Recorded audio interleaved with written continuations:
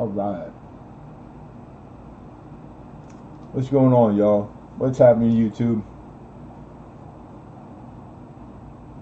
My good side? I think the good side's my back. Mr. Lincoln Central's in the house.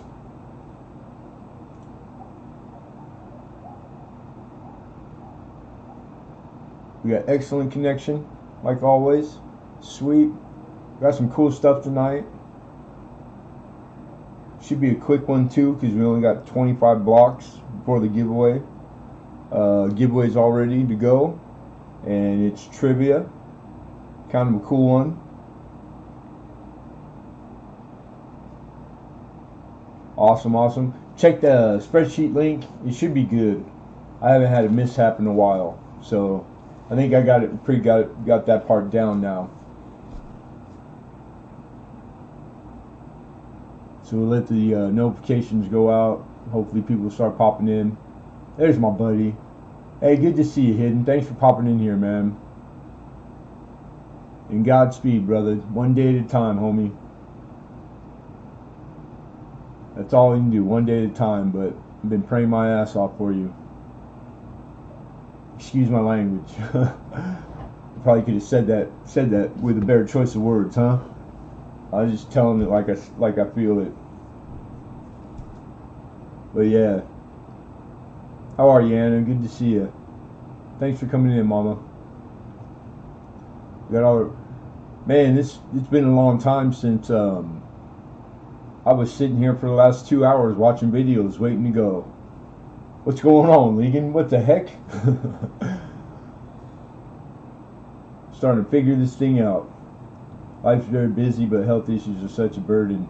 Yeah, man. I've been in streams this week, and because I don't want to make my stuff like in somebody else's stream. But I was in the emergency room this week, and still trying to get that damn hospital tape glue off of me. Pretty bad, like diabetic infection. No COVID. Tested no COVID, so that was good. But I'm on like a bunch of antibiotics and pills, so I'm feeling better today. It's the first day I felt good like all week. So I understand, man.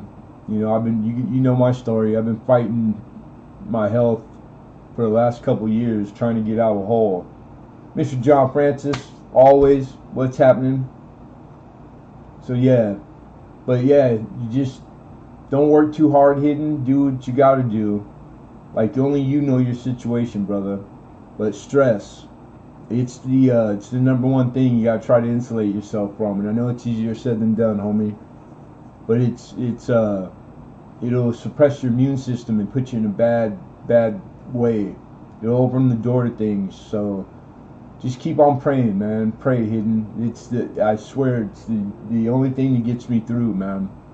It's like whatever's out there, it's listening, and it cares, and it's got you. Alexander Smith, I'm Gamel. Steel Wool Queen, two of my favorite girls, two of my favorite lady friends. I hope everybody's doing good. Don't forget to hit the like button if you like it, or you can fudge and say, you know, a little half truth. Act like you like it.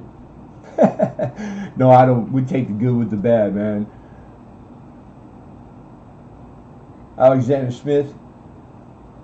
Diabetic, man. I smoked for 30 years. I've never had a cough, and I had a horrible cough, and I couldn't sleep, and I was out, and I thought better safe than sorry, you know. Like I've always been the one that pushed it too far. Lenny, no, good to see you, Mama. And so I went. I prayed to God, and I told him, because the emergency rooms are always packed at the hospitals. I said, God, if there's one parking spot, you know, in the emergency parking, because if not, it's like you got to walk miles. I'm like, I'll stop and I'll go in. And I swear, dude, there's never a spot, and there was one parking spot. So I parked in it, and I went in, and they kept me for a long time and put antibiotics and fluids through me, and then they did blood work, and I just had a really bad like a bladder infection, which is typical with diabetics. So that explained why I was feeling so crappy. So I'm already like 3 days in of taking the pills he gave me, and I feel a lot better. God, I feel tremendously better. So cool. Just another thing, you know, another day in the life. But I know everybody is going through something worse or equal, or you know, what is equal.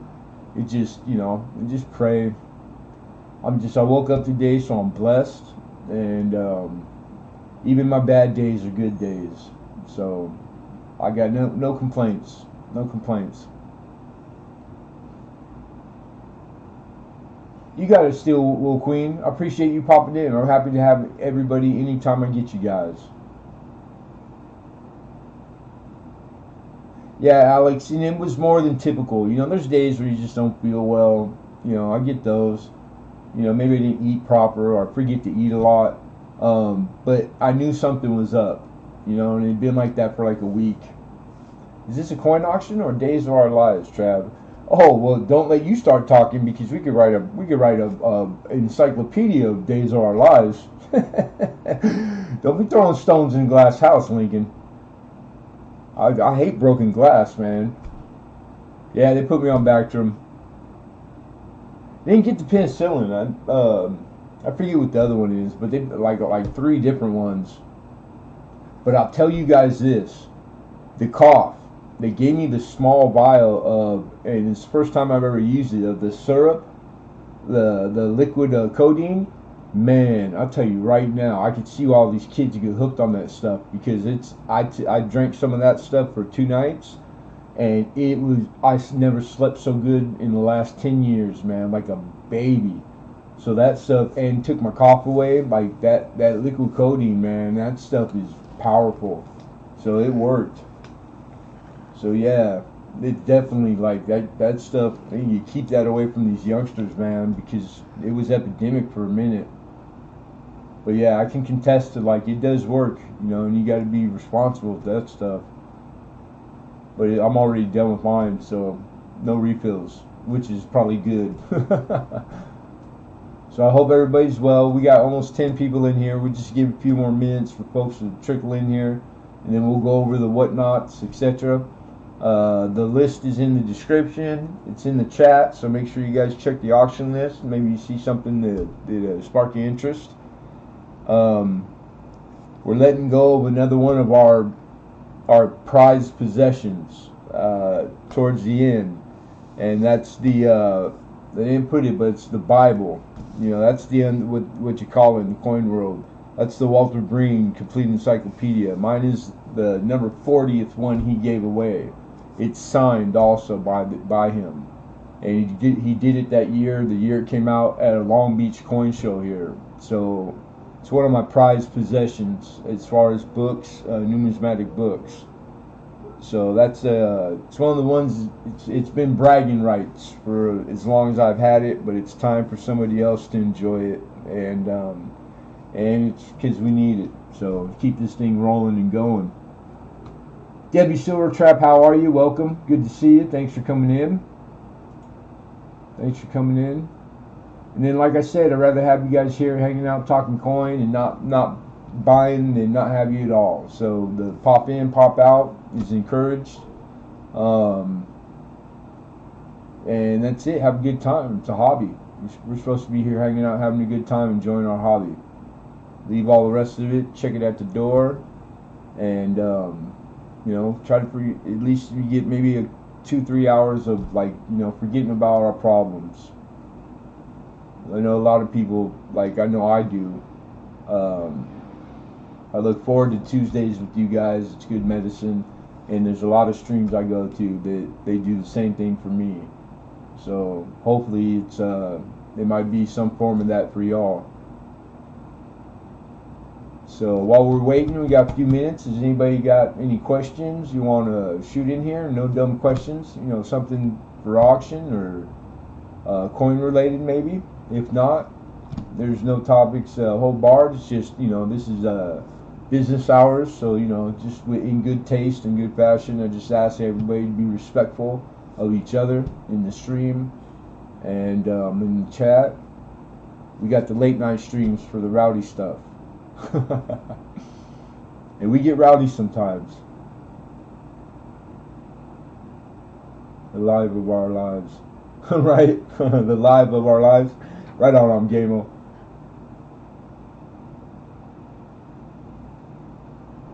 But it's always good to see all you guys. Appreciate you guys to death, man.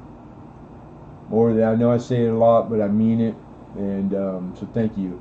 Lemonhead, what do you need in your email to you to bid? Okay, Debbie Silvertrap, all I need is an email. You don't, and if you want to put something in there, just say this is so I can bid at auction.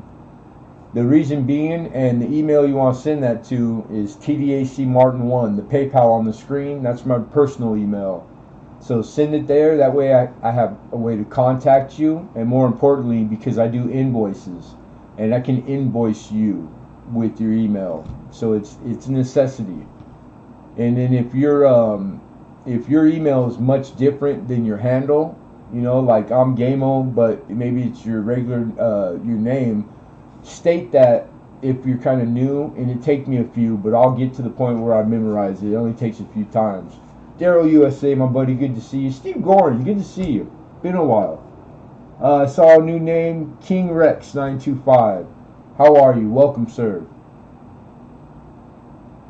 So yeah, that goes for everybody. The only prerequisite, we don't ask for deposit. We just ask for an email prior to bidding. And it's really on the honor system and the trust system. You know, we've been stiffed a few times, but it was always it's always survivable for the most part. You know, we never ship without payment. But yeah, I like being able to trust strangers, because it's just, that's the way, you know, it's the world's supposed to be. So I'll do it as long as I can, man. That's all I can say. You got it, King Rex. Awesome. So yeah, but again, that's all. The payment we take is PayPal. Goods and services only. You know, we're trying to do this legit, and have been for a long time. We are a small independent coin dealer, but nonetheless a coin dealer. So feel free to use that same email for wants, wish lists. You know, you're trying to find a certain coin, supplies, etc. We do our best. And I think my prices are more than competitive. If anything, maybe a little on the low side sometimes, but fair. I try to be fair market, and I stay up on top of current market on a daily basis. Sheena Smith, welcome. That's a new name. Welcome, welcome. Retired 3 months ago. Been traveling. Nice. Steve Gorin. Yeah, it's been a little bit, but good to see you. That's awesome, man. That's a blessing. To be able to travel, man, is a blessing, right? Very nice. Right on. Well, congrats on the retirement too. Passion's Journey. Welcome. So I'm going to start to get into, we got 14, 15 people. We're going to get into the how-tos and whatnots. So this is a traditional auction format. We use a gavel. So example is, I'll give you fair warning. Then you'll hear going once, going twice, sold. And my screen takes precedent. You want to keep your chat on live, so whoever has the highest, when I say sold on my screen, that's the winner. Mr. Bigfoot Silver Seeker, my buddy, what's going on, Bigfoot? Good to see you, brother. And the best you can do is to refresh your watch page, your YouTube watch page often. And by default, I believe it puts your chat to top. So you got to get in the habit of, when you refresh, to go click the reselect live chat, you guys. And that puts you in the best real time you can be with me, whatever your connection will allow. I can tell you right now, my connection is excellent, always, throughout.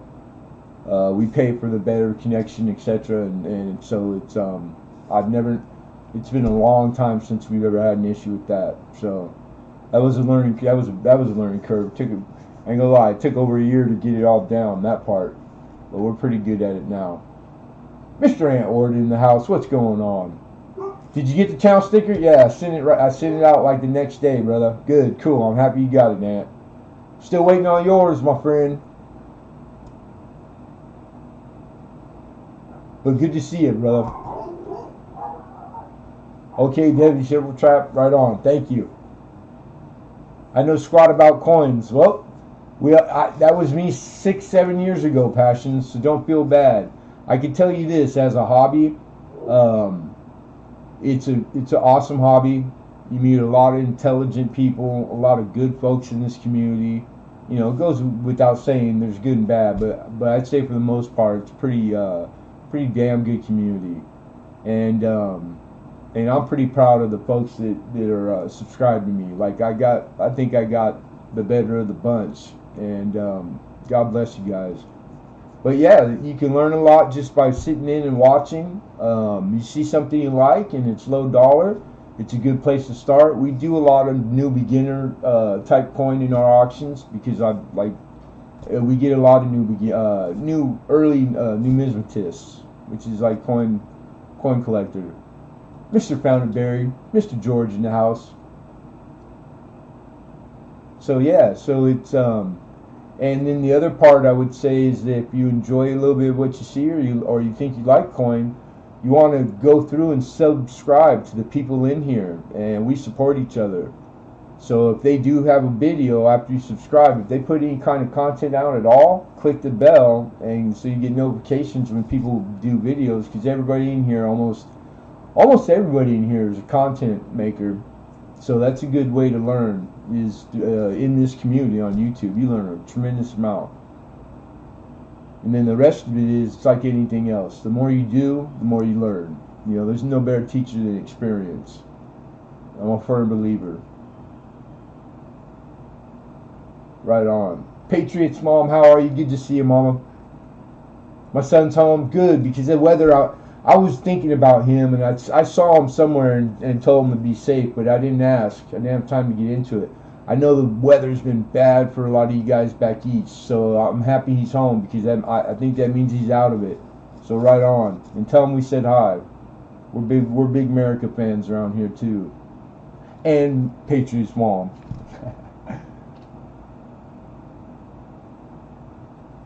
Kate Titus, what's going on? Thanks for coming in. Konnichiwa. Konnichiwa. K-Tides is in Japan. How awesome is that, man? I dig that. This YouTube thing, right? The whole world is here, man. It just, it's still, I'm like a little kid. It blows my mind. I just get tickled over things like that people, I think, take for granted. I just think that's the coolest thing, man. I'm doing good, man. Thank you for asking. Having a great day today. It's beautiful out. It's not too hot, you know, and I woke up today, so I'm blessed. Nothing short of blessed. All right, so increments during the bidding, they start at $1 up to 100. Anything that is 100 or more, the increment is $5 increments, you guys. How common is it to just happen across a good find or spending next to nothing for it? You know what? It depends on the context and circumstance. Like, you could go to a garage sale and find, there's tons of stories and people made videos. But if you go to the traditional coin avenues, finding like a diamond in the rough, it's you really got to be knowledgeable. We call it cherry picking. It's possible, but only through doing your due diligence and teaching yourself about stuff. Because there's no way one dealer can know it all. So we call it in the community cherry picking. And it's possible. A lot of guys go to coin show and dealers and they look through their stuff and they find coins that are worth more than the dealer knows about. And that's called cherry picking. So and it's part of it, you know. It's not frowned upon, but some dealers are kind of like, you know, they don't like guys digging through their stuff, especially when they know you know what you're doing. So, but yeah, it's part of it. Mr. Doughboy, what's going on, my friend? Good to see you, Doughboy. Yeah, but it's possible. And the coin roll hunting, getting rolls of coin from the bank and just digging through them. That's a big part of this here on YouTube. And there's stuff that's still out there in circulation that it's very valuable to find. One of the most expensive double dies, which is an error on a penny. And all of them, the 69S double die, every single one of them was found in circulation. I don't know how many folks know that. So they're not finding them in B rolls, they're finding them in like pocket change and digging through circulated coin. And those are in the hundreds of thousands of dollars that they sell for it. So there's stuff, if you're down to do the work, man, it's this hobby's been great to me. It saved my life. Truly, it and YouTube. So I can't say anything bad. I have nothing bad for either. I'm just blessed to have both of them in my life. And so yeah, that's where we're at on that. Yeah, that was pretty good. That was a pretty good pickup, George. Pretty nice. Kayla fan number 1 in the house. What's up, Kayla? All right, so that's how-to, the increments. I just asked that you guys use your auction etiquette. What auction etiquette we consider is that we congratulate each other when somebody wins. And again, not everybody always gets along, but we have friends in common, so you might be in here with somebody that I just ask you guys to respectfully be respectful of each other. That's all. Just be adults, behave like adults, and thank you for coming. You know, we'll get into it. This is August 24th, and we do. Oh, lastly, I got to mention, I almost forgot. Shipping and the giveaway. Shipping is $4 starting, up to £1. Then we use only flat rate, all United States Post Office. And the reason we start at 4, it's because it comes with tracking numbers. So everything shipped, you get tracking number with, folks. All right, so that's the shipping. Pretty easy, cut and dry. I think it's standard issue. And then lastly, we do, it's going to be lot 26. We do a free giveaway, 100% in-house, donated by Lemonhead Penny only, with no association whatsoever to YouTube. So if you guys ever have a complaint, something arises, you have to take it up. You got to sue this guy. I encourage you to read the description. It has all the legality and it's that you need, and in the description. All right, but again, YouTube off the hook, and Lemonhead Penny, we donate 100% free. The only thing that you need to do to participate is to be here when it's going down, and it's lot 26. So, and it's open for everybody. What's happening, Philip? Good to see you, man.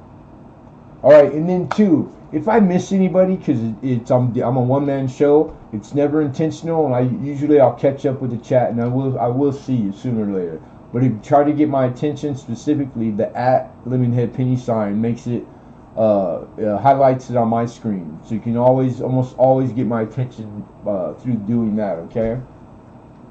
And then we do freehand, so I apologize for sometimes it gets shaky, but we show so many different style of coin that we have to rely on the autofocus, and we don't have a fixed camera. All right, so we do our best. Some weeks without a hitch, and some weeks the cameras are temperamental, so we hope for the best this week, you know. All right, so we got 16. That's a good amount. We're gonna get started with lot number 1.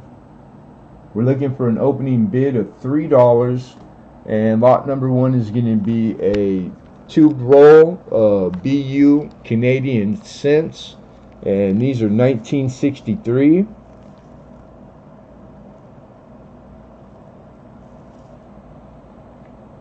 An old half lost its bond, and you can see these are beautiful red specimen, and these are 1963 Canadian.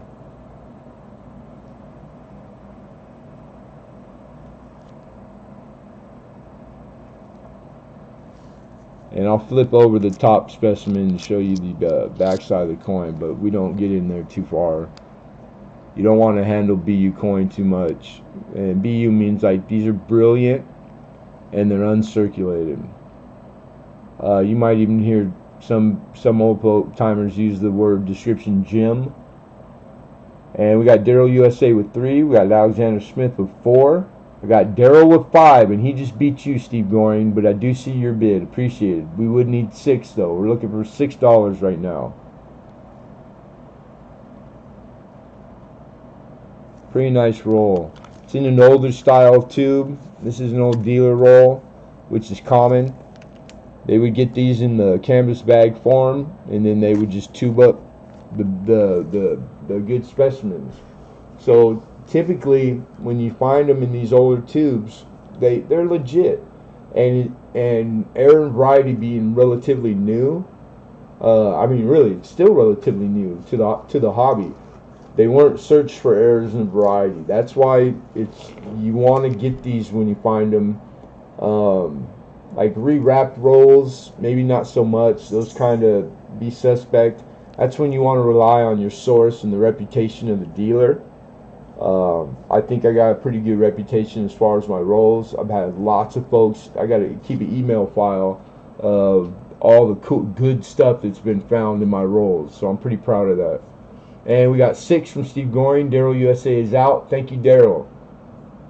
That helps expedite. So every time you folks let us know you're out, it's appreciated because it saves a lot of time through the course of the auction.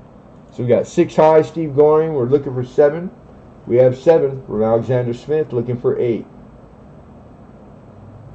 Looking for 8. Do I hear 8 from anybody? And Steve's out. Thank you, Steve. We got Founded Barry jumps in with the 10. He says rounded up. We got 10 from Big George, looking for 11.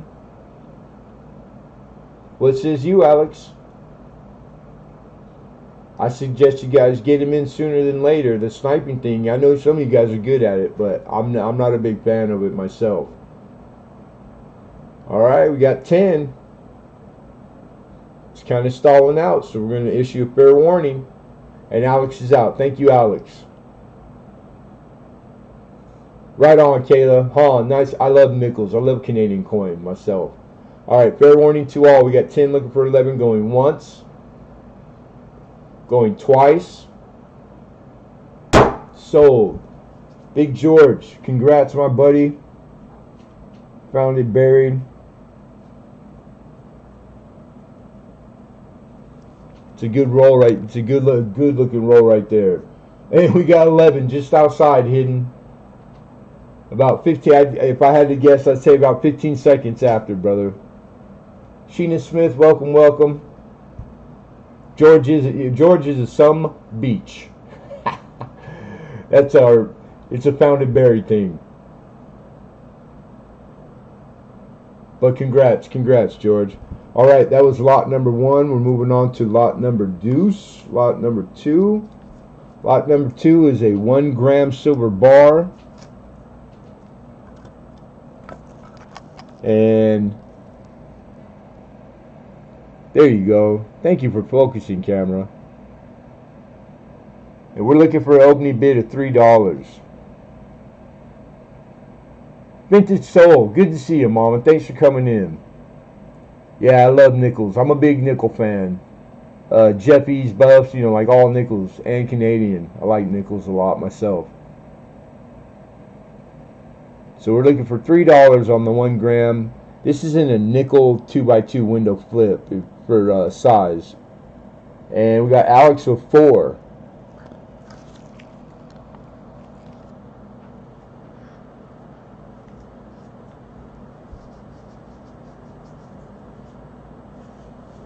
Yeah, don't ever take offense to anything when in the stream, in the chat, you guys, by my mods, because they're just, I got the best mods. They do it by the book, and they show no preference.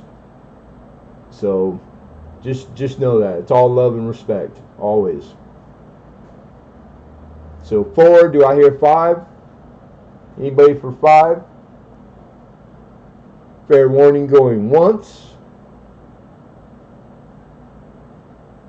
Fair warning going twice. And sold. Mr. Alex for 4. Congrats, Alex. I like these 1 gram bars. Pretty cool. That's a good looking one. Proof. It's got one of those old gangster cars on it. Pretty bad ours. Mr. Alex.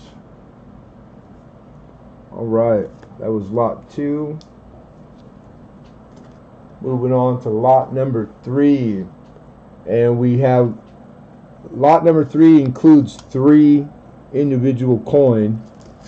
So the one bid wins all 3. I don't know about the mods. Bigfoot.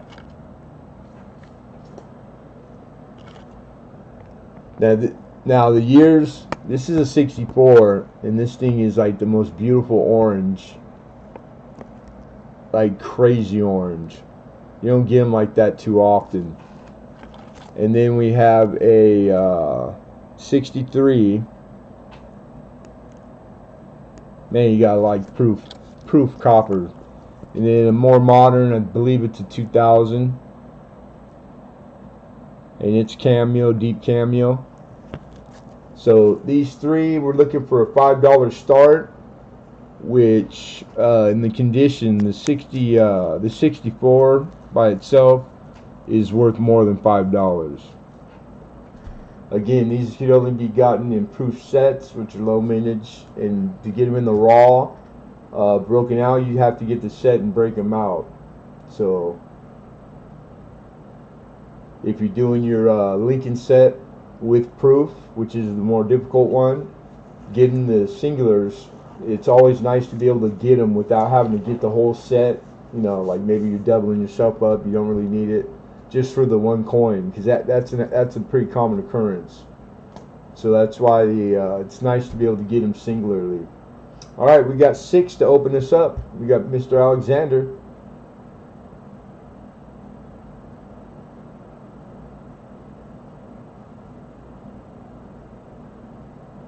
Are you in so, Mama? You want to refresh? Everybody, refresh often, and then make sure you reselect live chat in the top left of the chat box after. And that's the best. That's the best that we know to do. They'll put you, but we got excellent connection on our end.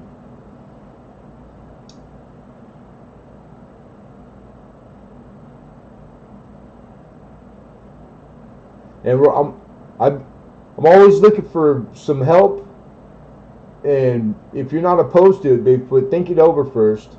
I wouldn't mind giving you a wrench if that's something that you'd be interested in. Because I'd go out on a limb and say, well, I trust you, and I like you. But don't hold that against me, everybody. John Argent, what's going on? What are the dates? We just went over the dates. Wake up, George. Go to sleep. We got 2000. We got a 63 and a 64. And this one, look at the difference. You can tell how orange. This thing is gorgeous. You want deep cameo would be the most valuable, but there's people who look for this, like this deep red, because it's not on, that finish isn't on all of them. It's a little harder to find. I am content, Mr. Lemon. Thank you. Right on. Because I know you're out there already working your butt off. Mr. Joe Durbin, good to see you, my brother. Joe's working, speaking of working your arse off, Joe's out there doing too much work, and we miss you, Joe. But we know, you know. John Argent, good to see you. So we do have 6. Do I hear 7 from anybody?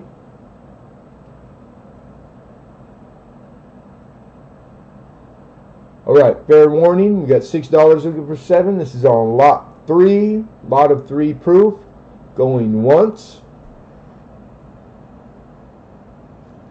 Going twice. And sold. I believe that's Alex. Big Alex. Yep. Alex for 6. Congrats. Scratch and go crazy. What's happening, my buddy? Good to see you, man. How's that puppy dog? Congrats, Alex.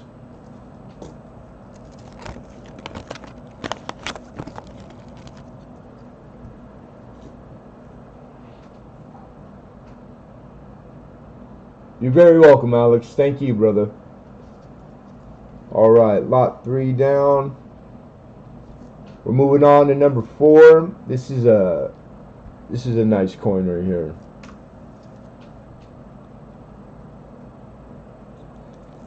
This is uncirculated, brilliant, beautiful, frosty. All right, this is a half Balboa from 1953.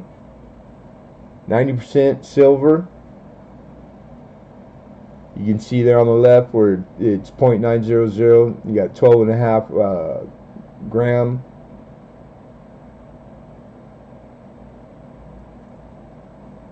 I love the design. I like Balboas, anything Panama too, which is a very, very popular series. Here's the obverse. I'm looking for 20 to open it up. And which is a pretty reasonable start, because if you go look these up on eBay, most of them are buy it nows. They're not even putting them up for auction, and they're all asking like double that. So I didn't have time to find the mintage on it, but I would assume maybe it's a little lower. And we had 20. I see Debbie Silver Trap first. I do see you, Bigfoot, looking for 21. He's good. Vet visit next week for his shots and stuff. Right on. Good man. You got to take care of that. This is a good looking puppy, man. And good to see you, brother. I hope you're doing well. Thanks for coming in. Alright, so Debbie Silver Trap high with 20. I do see yours too hidden. You were in there third. Looking for 21. Anybody for 21? And Mr. Hidden with 21. Looking for 22. This is on the 1953 Half Balboa. Uncirculated. Mint State uncirculated. Silver Trap 22. Yeah, 04. Yeah. All of them, dude. I like them all. And we got Found and Buried with 25. Hidden's out. Thank you, Hidden. Appreciate that. So we got 25 high. Looking for 26. Give you a shot of that. Beautiful reverse, man. I dig these. I love ornate coin, you know. The shield and all the going ons. It's like, that's a good looking coin. It's symmetrical for the most part. It's eye appealing. It's easy on the eyes. I just think, especially when you get it in hand, it's way prettier than even here, because it's all got that mint luster, you know. It's a beautiful silver coin for sure. It'd be a great addition to anybody's collection. All right, and Debbie's out. Thank you, Debbie. All right, and Bigfoot's out. Thank you, Bigfoot. So we're going to issue a fair warning. We got 25 high. And everyone be fair warned. Last chance to bid. Going once. Going twice. And sold. And Big George, congrats. Miss Canadian Scrapper in the house. How are you, Mama? Thanks for coming in. You better take it easy. You're doing too much work. I keep watching these videos every day. You make me feel like I'm a lazy bastard. She's out there doing work, man. God bless you. Arctic Timberwolf, my guy. Congrats, George. How are you, Arctic? Good to see you too, man. Dove Season. How are you, Dove Season? Thanks for coming, everybody. Alright, so that was lot 4.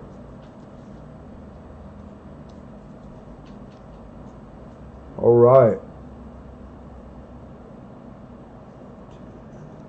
Oh, okay. Next up is a 1 ounce silver bar. This is like a vintage, a little older style bar. Paradise Mint was like a small mint that I don't think they're around anymore. And it's in it's individual little sheath. So this is a 999 spine, troy ounce, 1 pure ounce, Paradise Mint. You got the palm trees on the island on the reverse. I need 31. We got Mr. Hidden with 31. Josh P, good to see you. 31, looking for 32. Again, this is a 1 ounce, troy ounce, 999 spine, Paradise Mint, old school Paradise Mint, silver bar. And Mr. Alex with 32, looking for 33. I stole the on 53. Yeah, you know what? It's one of those coins where you can flip it. Let's just put it that way. You make a few bucks. That's a good price, but it's a fair price, so I'm happy. All right, and Bigfoot jumps in with 33. We got Tony Dorsett, 33. Lou Alcindor, 33. It's my old dice shooting days. Come on, 33, a hard way. We're not promoting gambling, boys and girls. Unless you're good at it. 34 from Hidden. We got Big Hidden in there with 34. Yeah, vintage stuffs. Right on. That's because we're vintage, Bigfoot. We're old. Right? Don't get old, people. Just promise right now. Just tell old, kick rocks. Get out of here, old. It's for the birds. You're as old as you act. I'm trying to be a Toys R Us kid for life. It just, some days, I'll tell you, boys, tough. 35 for Mr. Alex. BR Chef 2, good to see you. Good evening. I'm doing good today. Doing very good. Thanks for asking. I hope you are too, man. Alright, Hidden's conceded his bid. He's out. Thank you, Hidden. Appreciate that. We got 35 high. And we're going to issue fair warning. I know there's a few players. You guys are going to want to get them in. 35 looking for 36. Last chance to bid going once. And going twice. Thank you, Bigfoot. And sold. Mr. Alex for 35. Congrats, Alex. Let's see, make sure I'm catching up. Yep, don't grow up, it's a trap, right? Okay. And thank you, Bigfoot, for that. I'm heading out to do more work. Hey, be safe and be well, Miss Canadian Scrapper. And Godspeed, girl. You got it, Kayla. How you doing, Mr. Nick Molnar? Alright, awesome. Awesome. Alright, Alex, congrats. And thank you. That was lot number 5, everybody. Moving on to lot number 6. Alright, so lot number 6. This is the complete, because I don't think I had enough room in the description. Hey, Frank P. Good to see you, Frank. Been a minute. I hope you're doing well, brother. This is the complete decimal issue and the last LSD type coin. This is the complete set for Great Britain. This is a pretty nice, large, like, I got a pretty big hand. You can tell it's about the size of my hand. I'm 6'5". I got big old hands. And these are beautiful. Beautiful specimen. So we're looking for an opening bid of $13. Yeah, 13. Hiding in the basement to stay cool. Right on. Cool is better than hot. That's for sure. High Pockets, welcome. That's a new one. Alright, Alex jumps out with a $2 jump. We got 15 high bid. He just beat you, Frances. And Daryl puts in a 13. Is there anyone for 16? Who's your hillbilly? Dang, I've been thinking about you a lot, man. And I saw that you guys play poker, and every time you guys are playing poker is the only time I'm out. Good to see you, brother. Been thinking about you. I hope you're well, man. Big gloves. What's happening, Hoosier? Anybody? Anybody 16?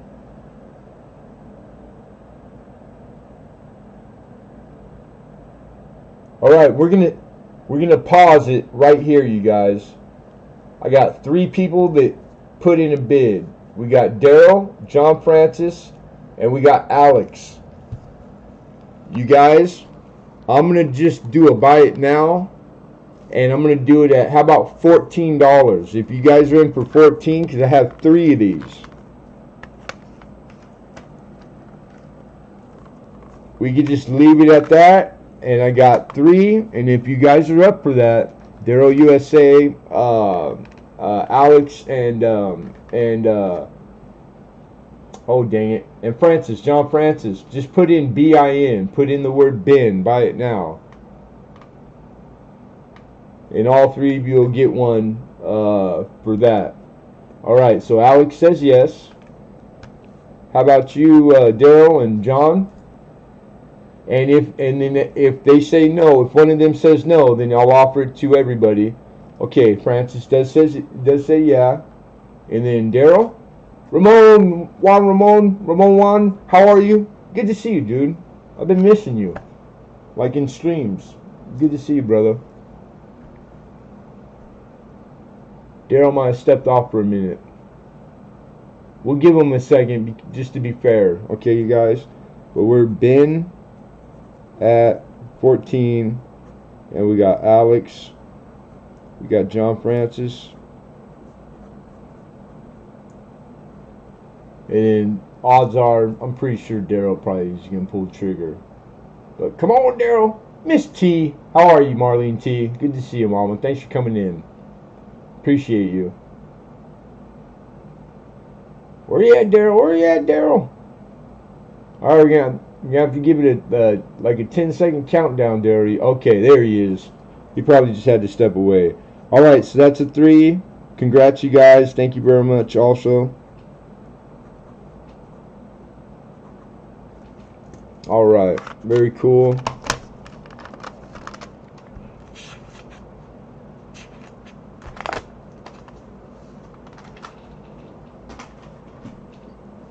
That's a cool set, the last year decimal. I like that set. So now we're moving on. Yeah, congrats, you guys. And thank you, all 3 of you. I appreciate you guys. That was lot 6. We're moving on to lot number 7, which is Barber. Barber, like a cutting hair? No. Barber, designed by Barber. This is an $18.99 Barber half.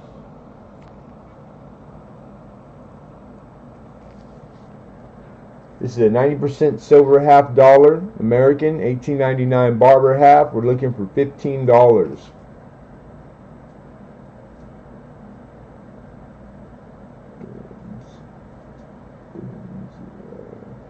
We got Alex and Daryl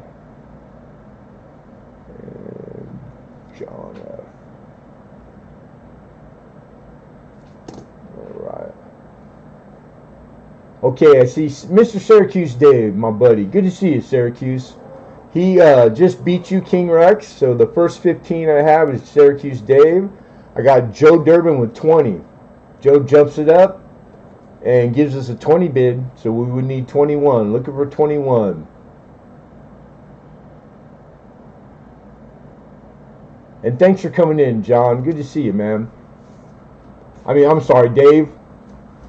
We got 37 in here now. Now we're getting back to our normal numbers, man. It's been a little while. So I've been working hard and streaming at night. So just trying to get back into it, and it's starting to pay back off. I see 21 from America. What's happening, my brother? Good to see you, man. So we got 21 looking for 22. How are you, AZ Coins? And Joe Durbin says 25. And I see your bid for 22, Syracuse. Appreciate the bid. Joe jumped it up.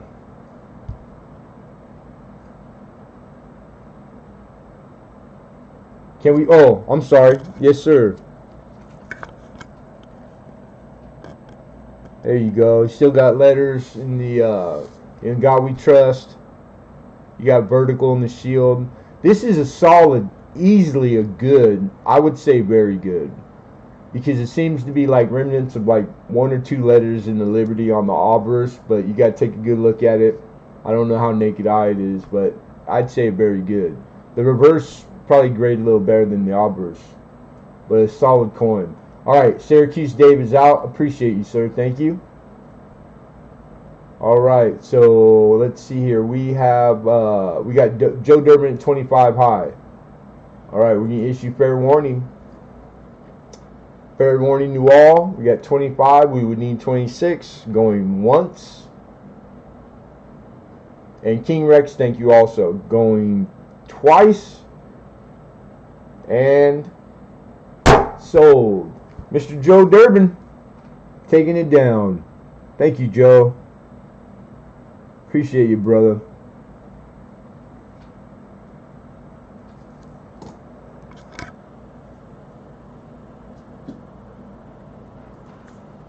And congrats. Congrats. You're very welcome, man. Very welcome. And thank you. Number 8. I know I love collecting hold coin. Like a lot. I really do. In every type of coin I can get my hands on. And when it's legit. Especially a little older stuff. So I've had this one in my collection for a long time. And recently there's been some people that frequent me and buy coin for me that they also let me know that they like hold. So I don't bring as much as I forget to bring them sometimes. I think this is kind of a cool one because it's a really nice grade. This is an 1857 Flying Eagle that's hold with great detail in it.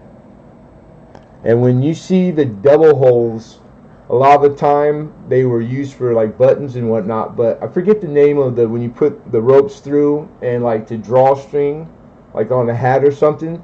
That's what these were used for. Also, children would put them through string and then wrap them and then pull it and make it so it was like a toy, like something to play with. That was super common too. So don't write off coin when you see it double hold, because odds are it's legit. It was really a common, and that's not just me making it up. This is all through reference and reading through my books that I learned this. But yeah, so pretty cool, awesome specimen. It's an upgrade. Maybe it's good for your type if you need it. It's part of the Indian head set, and we're looking for 15. Bolo tie. Thank you, Syracuse Dave. Correct, bolo tie. Yeah, I don't know why I can't remember that. Bolos, right on. Yeah, Steve Goring, Syracuse Dave. These guys are all of the coin knowledge in this room right now is pretty tremendous. Let's just put it that way.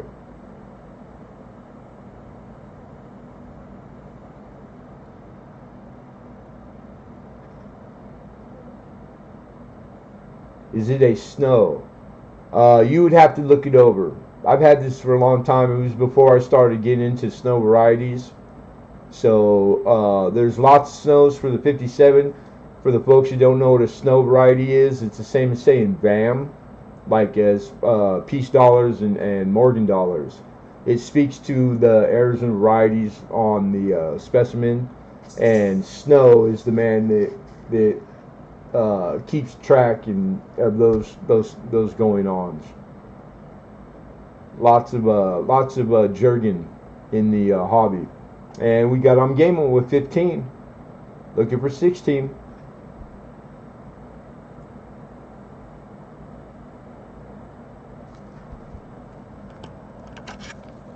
I can tell you this: I've had two of the biggest snow varieties, and I had one cherry picked from me too, from one of my best guys on here, one of my best buds. So that was awesome because you still get to you know the guy who has the coin. What's happening, Mud Swap? Yeah, well you'd have to get it. It's worth more than $15 as it sits. So is that worth the gambling? Whether it's a snow, that's up to you. But I don't do the. I'm not gonna put it under a microscope for you so you can cherry pick my snow. Sorry. You're gonna have to do the work. That's a pretty good picture, though. I think that's a pretty good picture. Most of the snows are clashes for the most part. And then placement on the tip of the wing to the F. Some of the letter styling, that's just from memory. But I don't claim to be an expert in them, so I'm not going to claim that. All right, here we go. We got 15. Last chance to bid, you guys. Going once. Stop giving me a hard time, Bigfoot. Going twice. He's like, somebody got to keep you honest. Truth. And sold. I'm game-o. Awesome. Nice pickup, mama.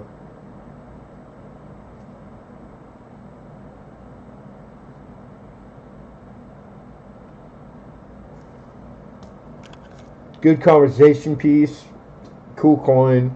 And it's still a 57 Flying Eagle, man. Yeah, congrats. Mr. Mud Swat's in the house. Good to see you, Mud. Awesome.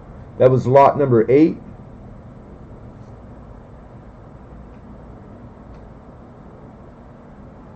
Right on, Steve Goring.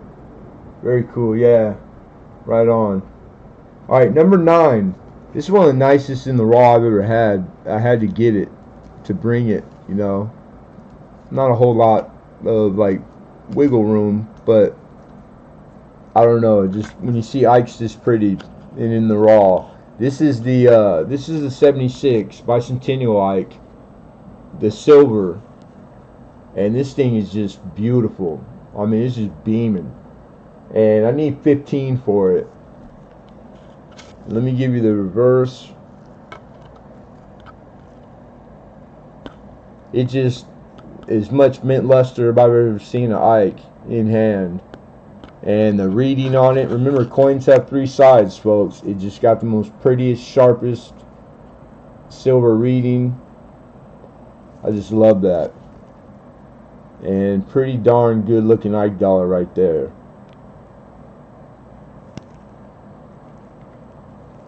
So I believe the only way you could get these, Lincoln, am I right, was in that 3-coin set. The Bicentennial 3-coin silver set with the quarter and the half? Or were you able to get, I didn't look it over, Syracuse. Type 2 on this would be what, in the lettering? Lincoln is the aficionado. Any question pertaining to Ike's, you want to reference Lincoln? You can see the lettering on it square, if I'm remembering that right. And then I know you have the font where the T's are off on an angle. It's more prominent. I think it's like a reverse, or like proof reverse. No, this isn't. I don't believe it to be proof. It just mint state through. Okay, Steve. Okay, I remember that right. Hey, you pick stuff up when you deal in coin, man. It's hard to be an expert at it all. Looks like type 1, Dave says. Okay, cool. Right on, you guys. Thank you very much, too. For me, either, the value's the same. And we have 15 from Gameo.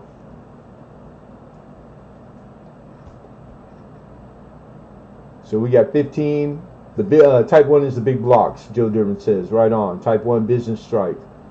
I told you guys, there's a lot of knowledge, coin knowledge in this room right now. A lot of very, very versed coin collectors and numismatists, man. So thank you, everybody. Collective effort today. I like that. Teamwork. No I in team, right? And Bigfoot says, make it 16. We got 16 looking for 17. Gameo says 17.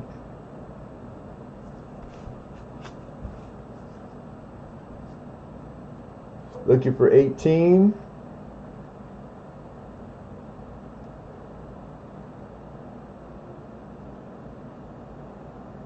Bigfoot stinking, he's stinking. I said hi, John Argent. I thought I did. If not, John Argent in the house. Good to see you, my brother. Big Canadian coin guy. Very knowledgeable. Good to see you. Alright, fair warning, you guys. Here we go. We got 17 high. You issue that warning. Last chance. I think that means Bigfoot's conceded. Thank you, Bigfoot. But 17 high going once. Thank you, Bigfoot. Going twice. Sold. Gameo says, back off, Bigfoot. Congratulations on Gameo. Congrats, mama. You won it.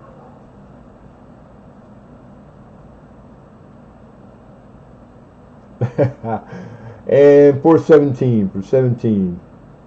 Thank you. That was lot number 9. Alright, off to lot number 10. We got a couple pieces of gold tonight. This is the first one. And, you know, that fractional small stuff is about what we can afford to bring to auction ever. I can get any gold anybody ever wants if you're looking for gold. But that would have to be separate issue, you know, through email. This is just a 1 gram, 999.9 fine, let's say 1 ounce, or 1 gram, excuse me, 1 gram bar, you guys.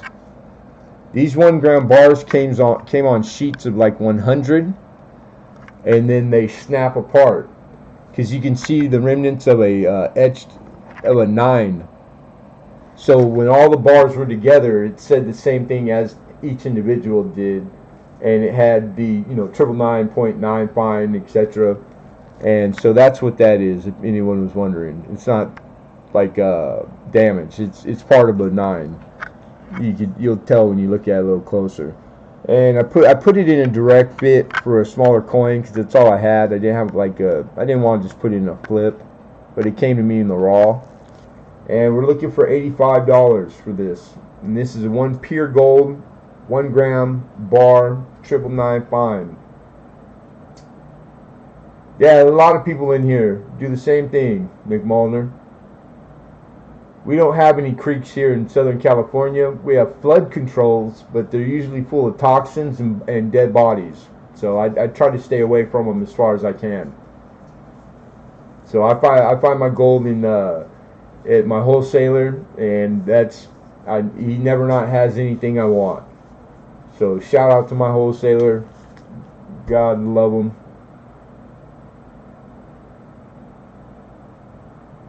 Joe's like, gold bars in the creek? Huh? Where's that creek? You got an address? Got an address. And then the 1 gram fractional gold bars always get a great premium. They sell really easy, and they're super popular, especially amongst the stackers. And only in Canada, eh? Joe.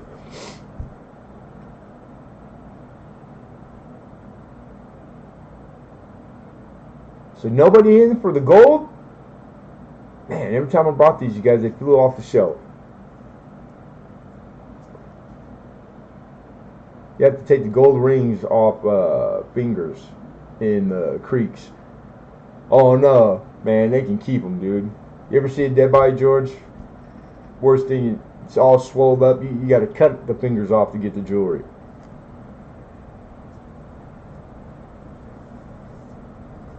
You don't want to know. I grew up in the mortuary as a kid. I see more dead bodies by 8 years old than all you guys put together will watching TV the rest of your life. And we got Mr. America, Silver Patriot with 85. America's probably going to milk that bad boy down, I'm guessing. Turn it into something bitchin'. Yeah. I had interesting growing up. Let's just put it that way. Mud. Alright, so we have 85. We would need 86, you guys.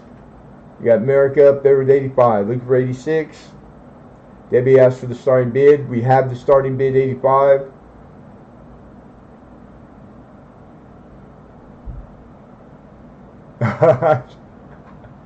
Dude, I get what I understand what you're saying. I'm Gable. All right, not too much interest. You have to issue fair warning. We got 85. We need 86. Again, this is the pure gold 1 gram bar, going once, going twice, and sold. Congrats, America. Right on. Thank you, sir.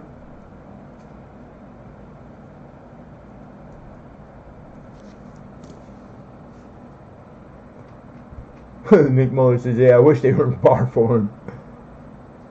Hey, any gold, good gold. Yeah, right, Lincoln?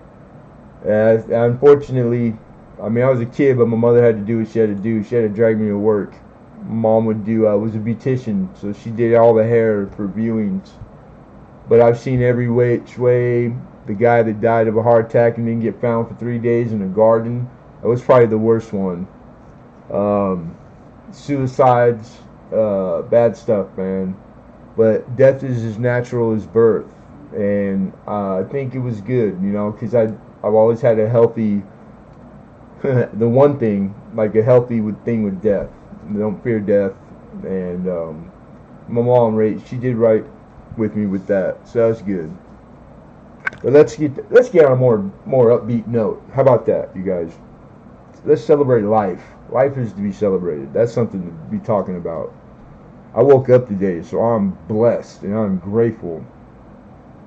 And thank you, America. Congrats, brother.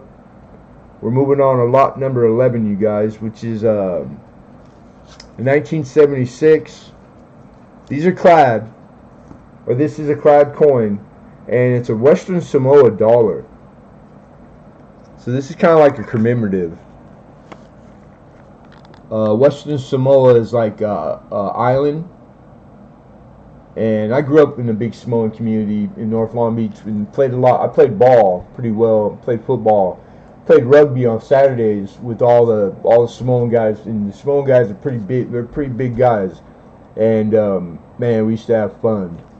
Some of my closest friends, not that I have a whole lot left, and are Samoan cats. So that might have been what caught my eye. But I like the reverse too. This is what caught my eye. You got that guy on horseback, and I think that's from Pony Express, if I'm not mistaken. So I thought that was a pretty cool coin, and it's rather large. This is in a Morgan dollar size flip, so it's exact size of a Morgan dollar. And we got Mr. Hidden with 5, looking for 6. Yeah, Steve Goring, that's my sentiment exactly, man. It's the bare minimum. Every day to be above ground is a good day, man. No matter what. That means he's keeping me around for something. And I'm happy to be here, man. Happy to be here. I'm just trying to be a good contributor and a good human, you know. So it's a work in progress every day. All right, I got Alex with 6, and he just beat you, George. Thank you, Hidden. Hidden's out. And I appreciate your bid, George, but we would need 7. We're looking for 7. We got 6 high with Alex.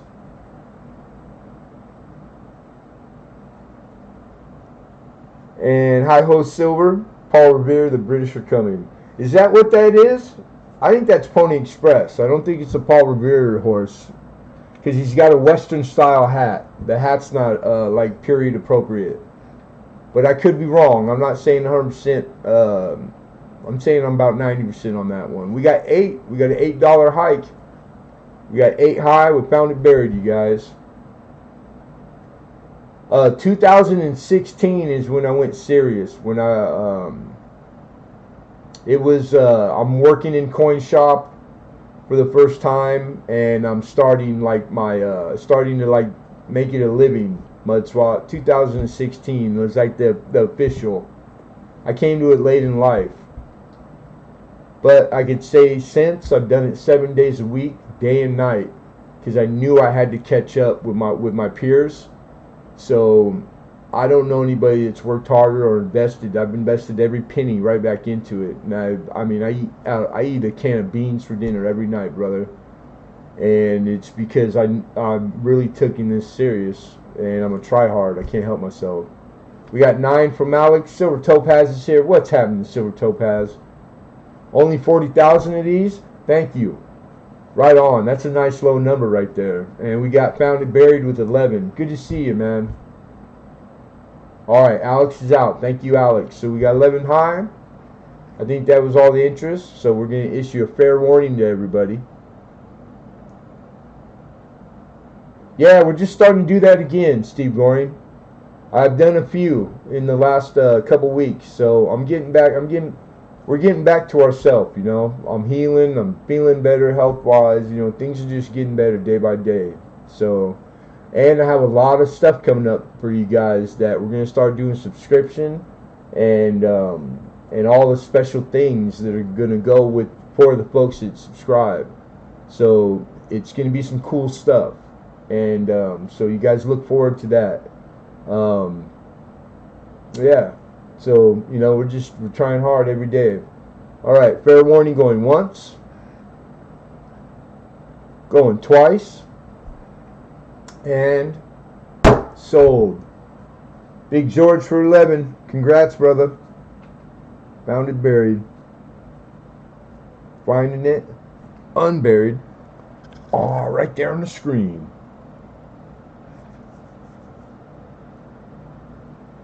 Yeah, I've always been a night owl, and it used to be where I was logistically. The nighttime was superior. It was quiet. I could concentrate, you know, and I get a lot of work done. Now I'm trying to get my sleep. I go to bed like normal, somewhat. But there's those nights where I just always went off 4 hours of sleep all my life. So it's like, so you guys, if you're a night owl, you know, you keep your eyes open. We might be up there a few nights a week, just shooting the breeze, man. Coin the topic, but nothing off topic. Really late night. It's really the adult. We have a good time. So this is lot number 12. And I had to get this because my grandparents were such big Pope Paul. My grandfather is Polish. He was the last first and last, I think, Polish Pope. But this is 1970, same size coin. It's in a Morgan flip. And this is a Filipino, kind of like a commemorative to the visit from John Paul to the Philippines. And 5 to open, and we got the opener. We got 5 from Mr. Hidden.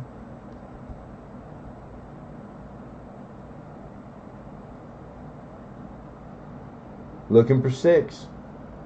Of course, Joe Durbin says. You guys you guys crack me up, man. I'm always there. Lurk, I'm always there. Yeah, just you guys are just you make work for me while I'm working, listening. Fun, man.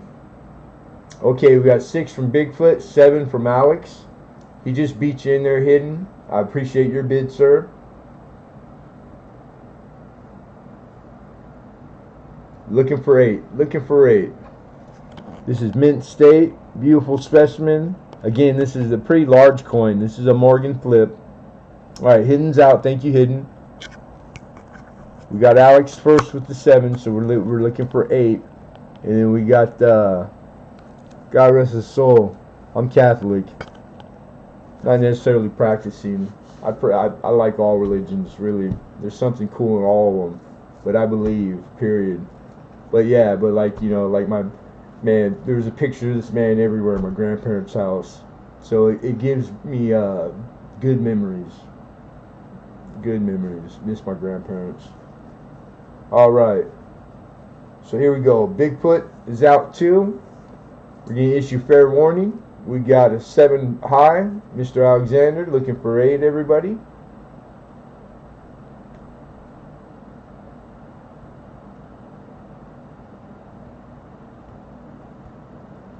Well, I don't know who you are, Jonathan Dusty, but you obviously haven't come here because we've been doing this longer than anybody on YouTube, and it's pretty much the part the course. But if you want to send an email to the PayPal address and you would like to order probably anything and in any amount, that's no problem also. I have a very reputable, humongous 40-50 year source as a wholesaler, and so whatever your idea of you want an 09 SVDB in the raw or like a 67, name your poison. But I appreciate the half not rude comment, but not to, I don't mean to be rude. Please don't take no disrespect by that. And that's for anybody. You guys know that. You could always send the email. I'm just I'm small French fries in a very large game. So I apologize if I'm not all about the money. I'm just trying to make a living. Alright, so here we go. With that said, everybody, fair warning, last chance to bid, going once. And 7 is the high, going twice. And sold. Bigfoot. No, I mean, some people are just kind of like cold demeanor. Congrats, Alex, for 7. Nice pickup, brother. And you got to give people the benefit of the doubt. Some people are dry, just their demeanor. You know, like I've worked for thousands of people through my life, man. And it just, I know that. So it's like I got to remember not to rush to be rash, you know. So I'll give everybody the benefit of the doubt. There's room for everybody, man. And if he didn't mean it that way, you know, then maybe he'll state to that effect. Who knows? I don't know. But anyhow, I'm just trying to do things tastefully. Congratulations, sir, my buddy. Good pickup, man.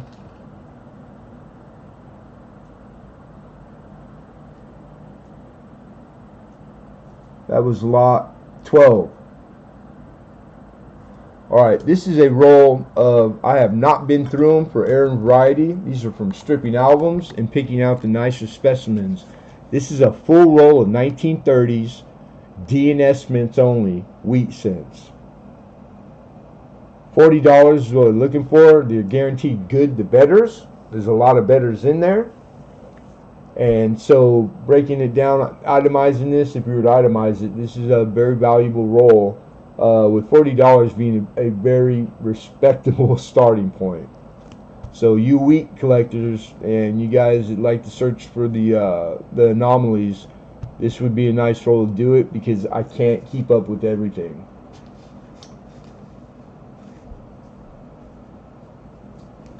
Right on, King Rex. Awesome. Right on. Very awesome.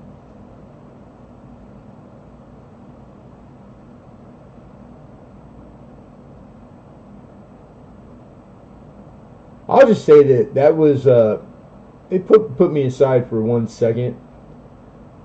You know, is it the first time? No. Was it horrible right off the get-go? No. That's why I'm giving the man or woman the benefit of the doubt. I don't know, but it was strange and out of place, out of context.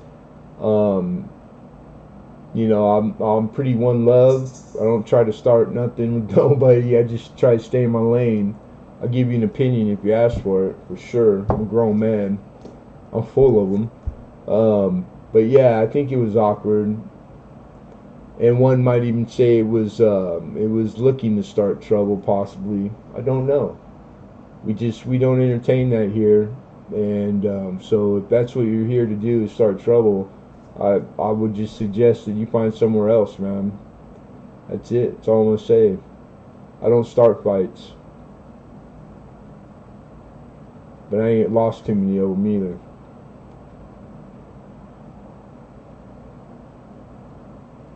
Out of nowhere for sure. Yeah, it's not one a familiar name. But anyhow, the only way those things have life is if we breathe life into them by entertaining them and talking about them. So that's the last I'm going to say about it. And I appreciate everybody else if you did the same. That's all. Easy peasy.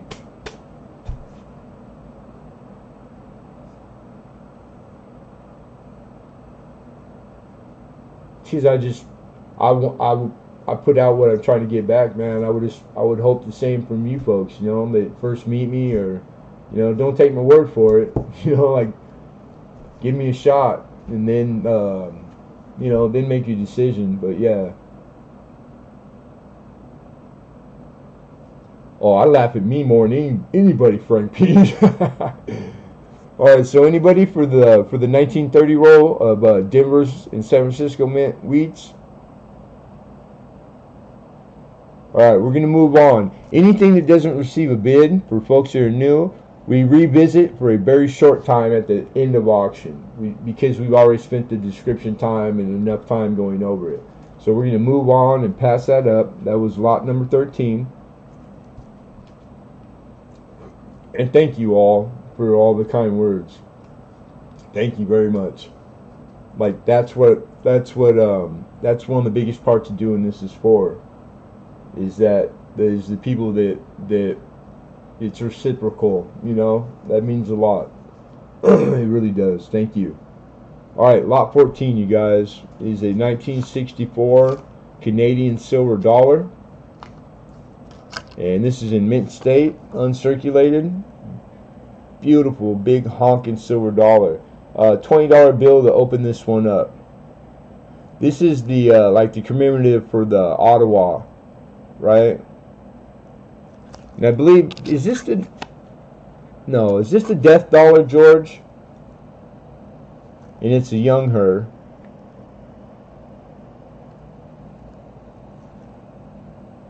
I'm trying to remember. Don't hold me to that.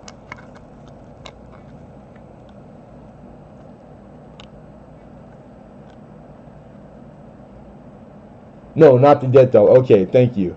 That's the totem pole one, right? Dove season. Yeah, that's my little thing, Mud Swat. That if it's the old her, I call it old her and young her. That's what I always say when you guys hear me say that. Okay, yeah, Hidden. Thank you, Hidden. The totem pole. That's right. And then beautiful, sharp reading. This thing has never seen daylight in the raw, which is nice because I believe these came in sets. And you're looking at, I believe, $16 just in melt. So just in scrap, melted down silver, not beautiful, uncirculated, mint state. So $4 over the top of that, over scrap. $20 is a pretty good, more than fair price if you ask me. Old her was Queenie. She's always been the Queenie.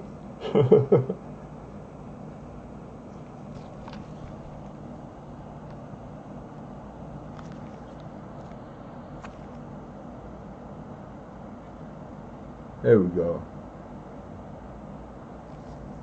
And we got George with 20. You have young queen that are more modern, old queens that are slightly older, and then King George that are even older. Yep. Kings and queens. Must be nice, boy. Must be nice. 20 looking for 21, guys. Long. Is that you guys? I've never heard that one. That's pretty cool. Long neck Liz. She had a long, pretty neck. You get old, you shrink when you get old. That's what my grandma used to tell me. My grandmother. I'm shrinking. She was like 98 pounds, like 5 foot tall, man. Little pure Spanish. My mother's mother. God bless, miss my grandma. All right, here we go. We got 20. Going once. Fair warning, everybody.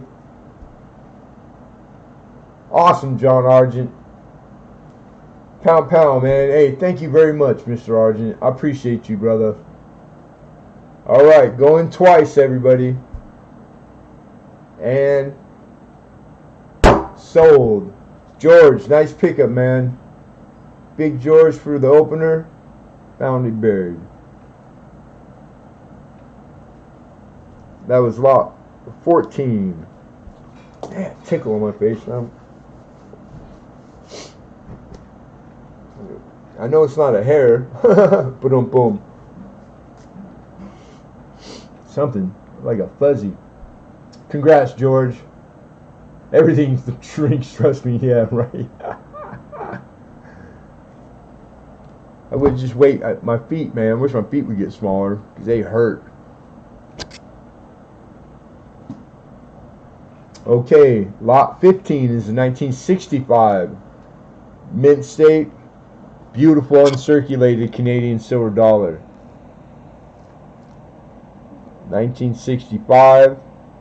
So this one had to have came out of a set. So it's nice to give them in the raw when they're in such good condition, you know, uncirculated. Whatever reason they took them out, probably put it in an album, I'm assuming. So getting them like this, it's nice to get them like that. And again, young her, pretty young her. She was a beautiful woman. I think she was. Everybody's taste, you know, one man's trash, another man's treasure.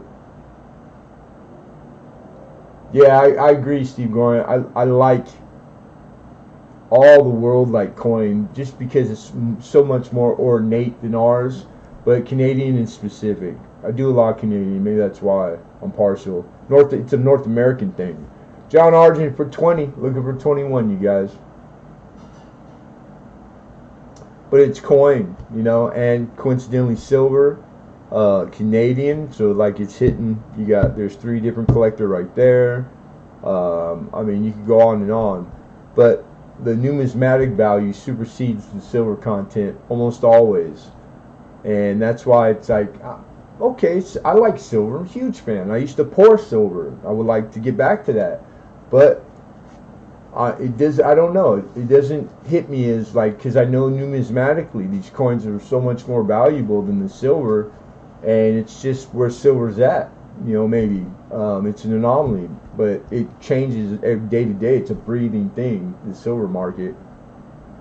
But you always, if money ever like defaulted or coin collecting for some reason numismatically down the road went away, you know, like if it hit the fan for real, then yeah, you got fractional silver that you could cut that thing in half and get your groceries or your gas, or you can trade, you know.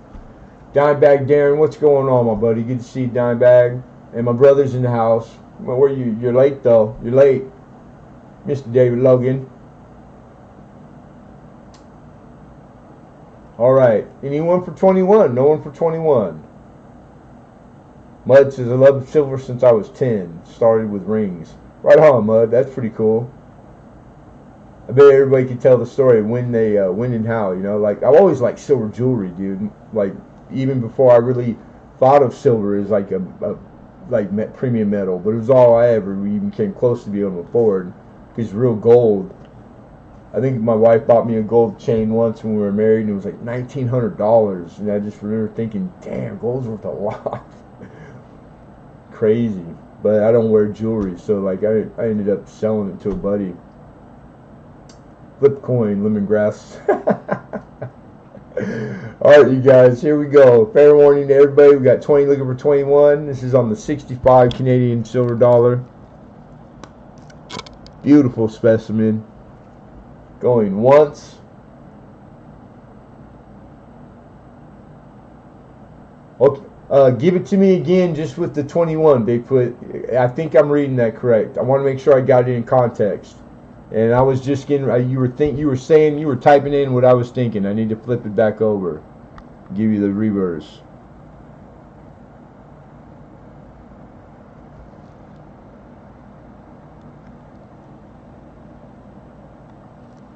Okay, we got Bigfoot with 21. We got last second bid.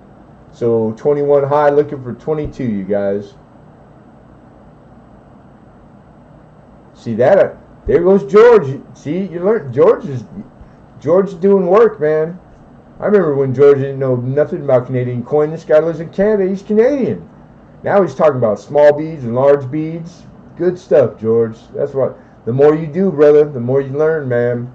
John Argent with 22. Looking for 23. I get a little proud right now. I'm getting choked up. Damn it. I remember he was a little tyke. Little summer beach. Now he's a big summer beach. Alright, I'm over it. 22. Do I hear 23? Looking for 23.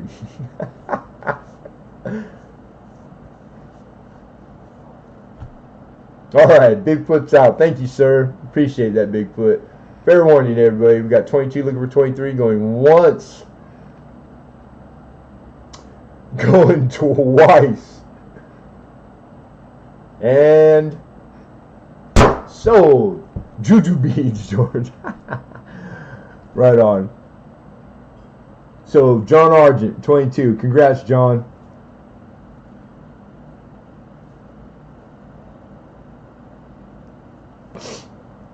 And that was lot 15, everybody. We're more than halfway through. More than halfway through. We're moving on to number 16. This is a cool looking bar. These get hard to find too, but this is a rather large bar also. This is in a 2.5 by 2.5 plasticized flip. This is proof, and this is the attack on Fort Sumner. You guys see that? How badass that is? It's a cannon, firing cannons scene. Beautiful bar. Chunky too. Here's the reverse. Bicentennial history. Issue number 39. These are actually pretty hard to find. And highly collectible too. Very sought after. A lot of guys are out there trying to collect these series and put these full ones back together, because these came in like complete sets, a lot of them, and they were broken up. All the assayers marks and all the silver, because this is sterling silver, are on the rim of the bar. I don't know if it's going to quite... Let's see if we can get a shot of it. But let me tell you, let me reiterate what it says for you. So what you got is, you got 3 different hallmarks. And then you have 750 grains sterling. So when you do the math on 750 grains, because I took, where's my notes? Oh, where did I put my notes? I think it's in the description. It comes out to, oh yeah, this is 1.45 troy ounces of pure silver. Okay, 750 grains also equates to 700. Is that the March of Dimes symbol? No. What would make you think that? Oh no, that's revolutionary. This is like one of those aftermarket mints. That's their symbol. You know that. You've been doing this a long time. You don't know the revolutionary bicentennial? You didn't recognize that? They do those Jefferson silver crims and the ones that come in the flip cases.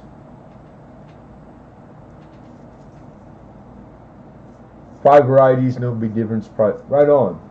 Yeah, John Argent Snows is Canadian. So anyhow, like I was saying, this is about 1.5 ounces troy of pure at 750 grains of sterling. Alright, so that's the conversion. And we got 45. We got Dove Season with 45. Looking for 46. Now on a different note, while you guys, I'm going to give you a second. This is actually one of the books that's in the auction today.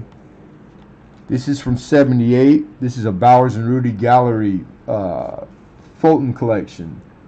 And in this, I don't like them through it a whole lot. We got 46 from there, looking for 47. There's a bar like this, and even in 1978, these bars, they were going for a lot of money back then. And I should have marked the page. Let's see. Oh, right here. You see this one? That's identical, like the same style, except that one was Franklin Mint, which is like Franklin Mint and these guys are out at the same time making like the same identical products. You guys ever come across that bar right there? Look what it was going for in 78, 550. That's a 1 ounce bar. Anyhow, that's what these are good for, you guys. These hold, and I collect them. But the books that came with the auctions, they have stuff in them that you don't find in other books. That's why people collect them and keep as many as they can for reference. Because it's another source that's kind of like, if you didn't know, now you know. Alright, we got 48 from Daryl. 49 from Alexander Smith. He just beat you Dove Season. I do see your bid. Appreciate it. I got Daryl at 50 and we got Dove Season at 51. High at 51 right now. But what a great bar, man. Awesome bar. Beautiful. You know, Fort Sumter. That's history right there. But I like the scene. I like the cannon scene. That was like one of the biggest battles, like importance-wise. All right, Daryl USA is out. Thank you, Daryl. Alexander's conceded also. Thank you, Alex. Appreciate you guys. So we got a high of 51, and I believe we're going to issue a fair warning to all. Last chance to bid. All right, looking for 52. Going once. Going twice. And sold. Yeah, they did, Hoosier. Congrats. Dove Season. Washington commends too. They did a lot of the presidents. And I come across those. You know, I always pick them up when I can. All right, so Dove Season, you did win outright at 51. King Rex, you're just a little slow, so I would suggest you refresh and make sure you're back on live chat. So, but Dove Season, you guys, those two bids, the 52 and 3, they're after the fact. Pretty close, but I'm always calling sold, and the highest on my screen, which was the 51. I'd love to take the higher bids, you guys, of course, but we always keep it legit, all right? So, Mr. Dove Season, congrats. $51 is what you got it for.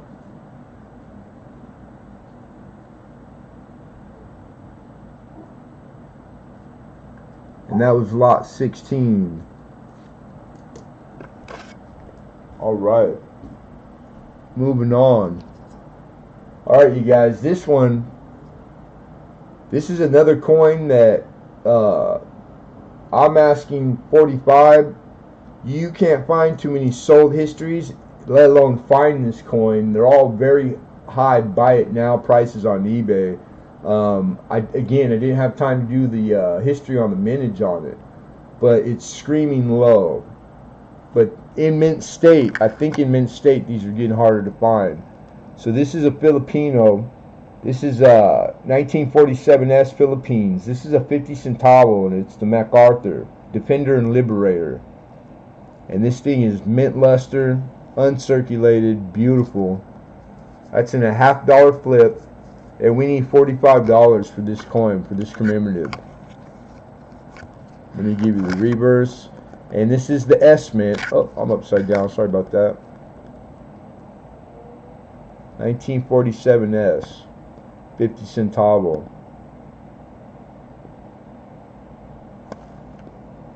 And the reading on it, I got it in a little larger flip so you can see all three sides. The reading is sharp. Like I always say, man, it's hard to hide circulation on the rim. So don't forget, coins have three sides, man. And people, you never hear about it too much. And I'm always trying to remind collectors, because it's a good place for telltale. You know, if you want to know if your coin's truly uncirculated, yeah, this is in excellent condition. So it's like all the dealers that do have these in this kind of condition, they're not putting them up for auction. They're holding on to them, and they're holding out for the buy it now.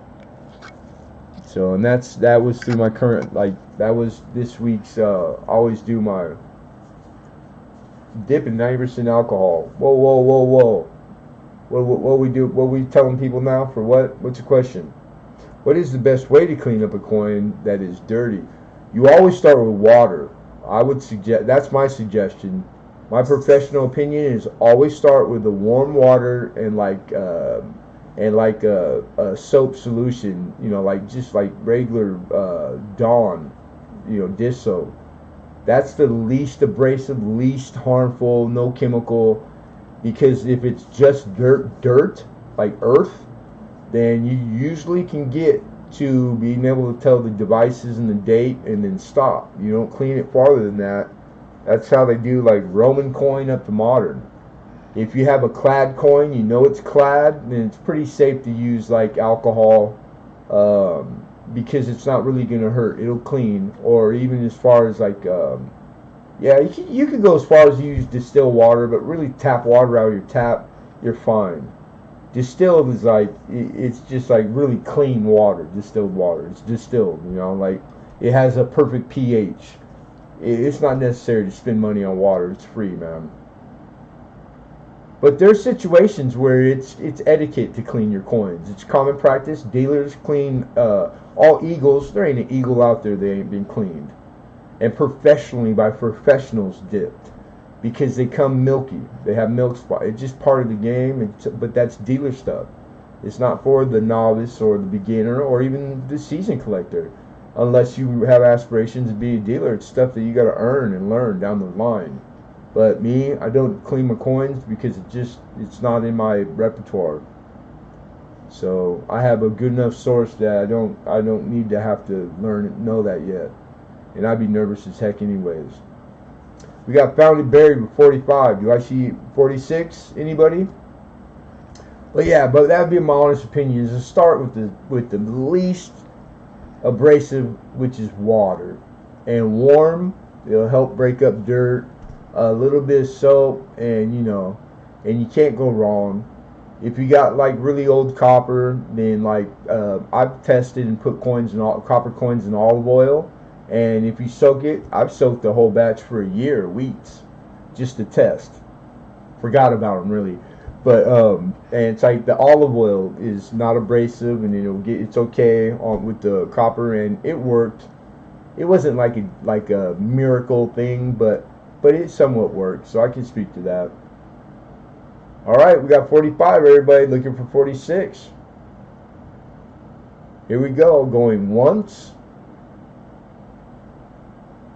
going twice, and sold. Found it buried. Nice pickup, George.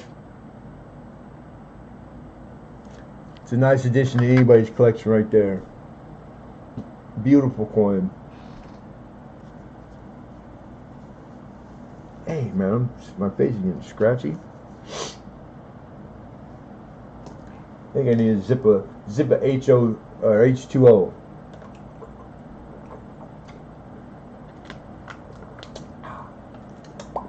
All right. Lot 17. Now we have a 1967 proof set, Canadian proof. All right. I just want to let everybody know the case has a crack in the corner here. All right. But this is a Whitman style, and it's an uncirculated proof set all the way through. Very, very heavy silver. And 1967 with that big old flying goose, that wolf. You got the fish scale, which is like the nickname for the dime, and then the rabbit on the nickel. I like this 67 set. It's a beautiful set. So a lot of silver there. Just in silver, you're like at 28 bucks, I think. And I'm asking 32, lower than current market on the 67 Canadian proof set. You got the penny all the way through dollar. Yeah. Oh, dove season.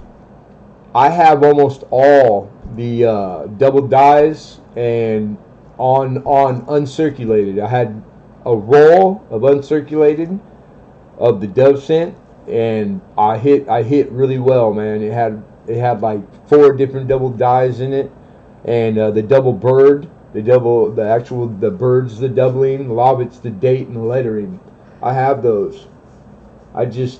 They're filed away in that drawer with all the rest of my finds. One day when I make a few bucks, God willing, then I'll get around to sending stuff off, man. Yeah, fish scale is a nickname. It's not like it's not the technical term for sure. Okay, we got 32 from Mr. Joe Durbin, 33 from Daryl USA, and he just beat you hidden in there with the 33. Oh, of course. Looking for 34.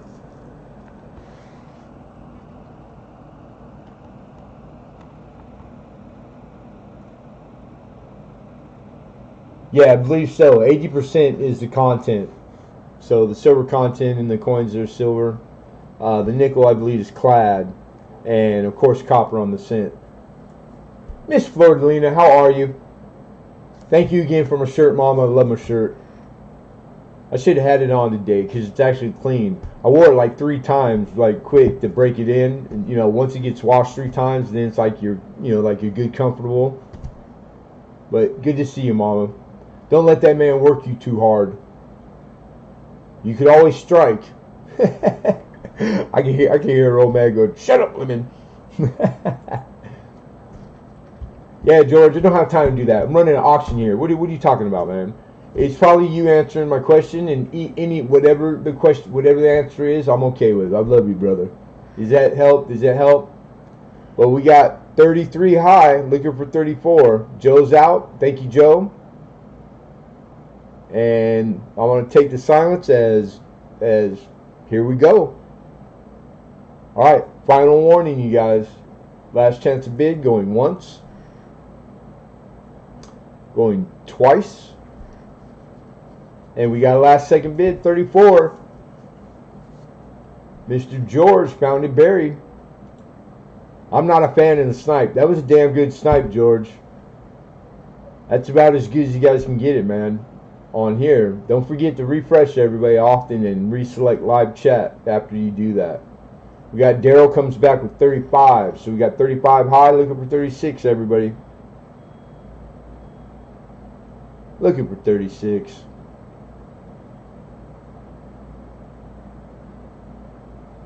And don't forget to click and do the hard work, man. Click paste, copy each other. Open up extra window, go to YouTube, put it in the search, go to the channel if they and sub. If they have content, click the bell. I can vouch for probably almost everybody in here, and that's how you support each other. Thank you, Daryl. Daryl's out. We got Daryl USA was at 35, but found and buried went 36, so we're 36 high. And then we got other coin, not super knowledgeable coin people in here. We got other sellers in here. You guys, if you don't know who Joe Durbin or Florida Lena is with CoinOp, you guys are living under a rock. I don't know how that's possible, but just you guys all got, and I would vouch. Those are the two selling channels I'll vouch for. There's many others, but I can't get into them by heart. So when they're here, then we'll talk. You know, I'm Gamo with 37. But these people are like I vouch for them. So God bless you all. Make sure you're looking out for each other. We're one community, so it helps. It all helps. Hey now, you're an all-star. And then Bigfoot, I apologize for Bigfoot Silver Seeker. You're stuck with him. He comes with the coin community. Nothing you can do about it. I just joke. Bigfoot's probably one of my favorite things in the coin community. 38. We got founded with 38. Gamo says 40. Looking for 41.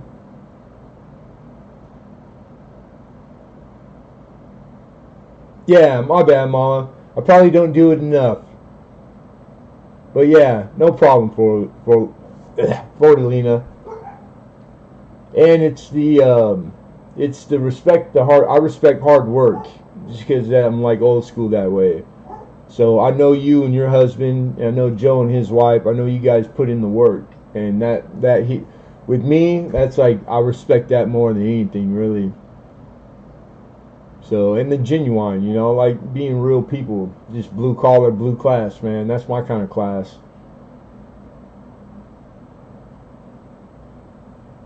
And then Joe Durbin kind of grows on the shit. He's like moss. He grows on the shady side of you if you sit still too long. So we're stuck with Joe. 41 going. We got 41. Do I hear 42? All right. Fair warning. Get them in. Going once. Going twice. And we got 42. Got another good snipe bid right there. Joe. You know I love you, dog. We got 42 looking for 43. What say you?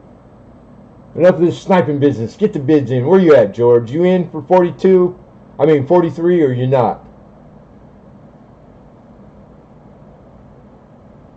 Happy wife, happy life.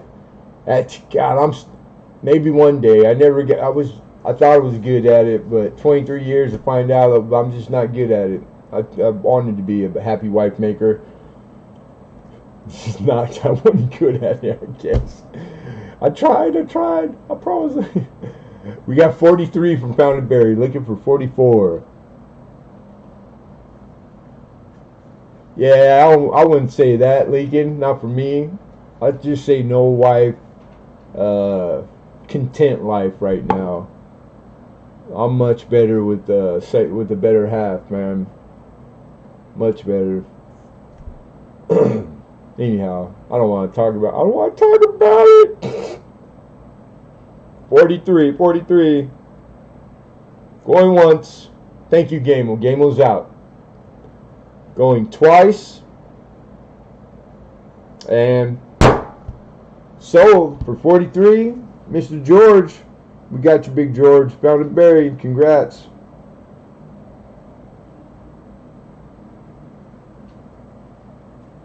Nice pickup, brother. That was 60, or I'm sorry, lot 18. Lot 18. George, put some thought to, just quickly. You got a pretty nice size pack right now in a bubble mailer, the flat rate. So entertain, unless you want to go to the medium flat rate, just entertain maybe shipping this week. Okay? because I know how much shipping is, and you know. So just so FYI, so you heard. Plus, Mike Panucci, good looking out, brother. Thanks for coming in, man. Appreciate you, bro. Good to see you too, man. All right, now we're off to, this is just a lot of 3 Canadian dimes, silver dimes. All right, so 1 bid. We're looking for 6 to open. There's 3 in here, but I believe that 2 of the 3 are uncirculated, and 1 is a fish scale also. Yeah, we got an uncirculated fish scale with some album toning, and then we have a, these are so small and petite. Hold on. Then we have a 61 with light album toning, and then we have a little older issue with the young her, and this one is a 59 circulated. All right, so that's the lot. Those are the 3 coins that the bid is for. Okay, 1 fish scale uncirculated, the 60, what I say, 1, and then the little older but circulated, but still in probably XF. All right, so I got Daryl first. All right, I'll make a note to ship, George. Got you, bro. And we got Daryl first with 6. We got Steve Goring with 8. I see your bid hitting the 6. He just beat you in there. We are looking for 9, guys. Looking for 9. And ship. Big George. Alright, you got it, George. You got a nice pack coming too, dude. I don't think you remember all the stuff you've gotten in the last like month. It's a pretty nice pack. And I'll try to throw some donations in there for the stream. Well, I will. You know I will. Alright, so I'll make sure I put some bribes in there for you, Found It Buried. Oh, did I say that out loud? Oops. We got 8 high, looking for 9, everybody. This is on a lot of 3 silver Canadian dimes. Going once, last chance. What year on the older one? 59. Right? 1959. That's the oldest. Daryl pulls trigger. We got 9. So we got 9 high. Looking for 10, you guys.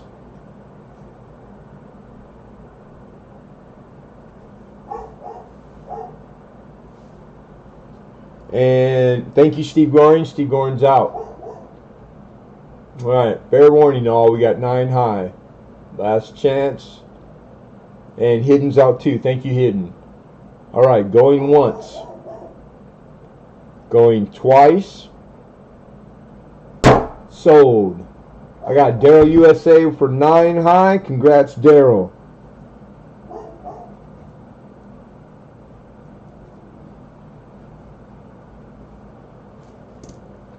Congrats, brother. Congrats.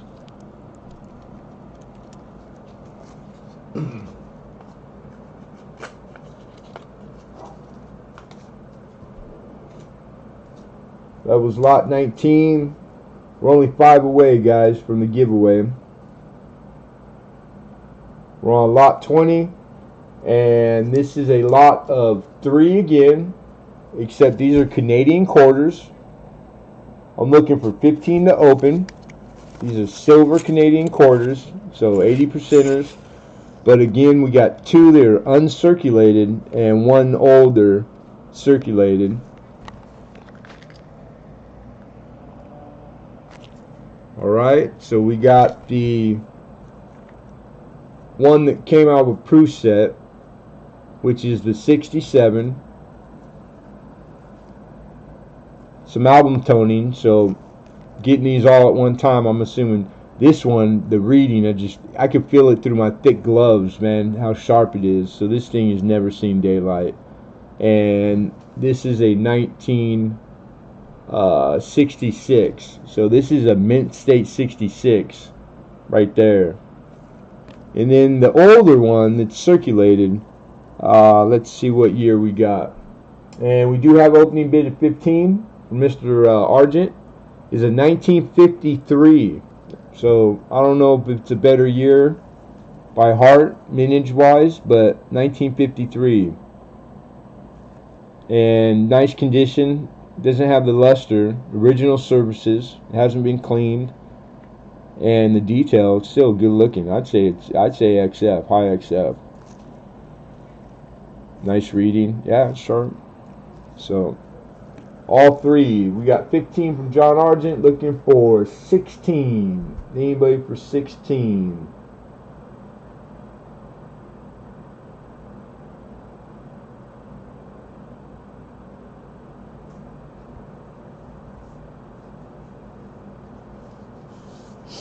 Mike P says, I need $4, George.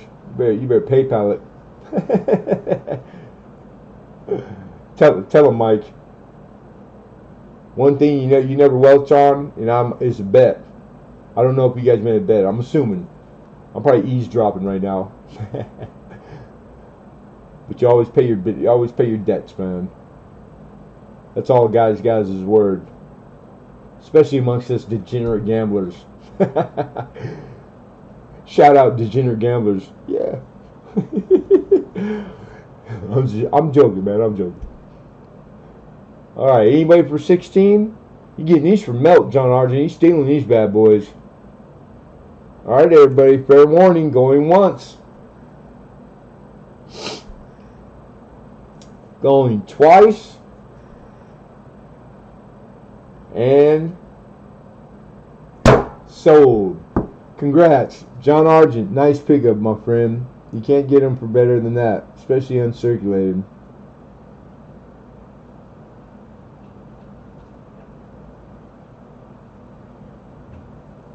Nice pickup.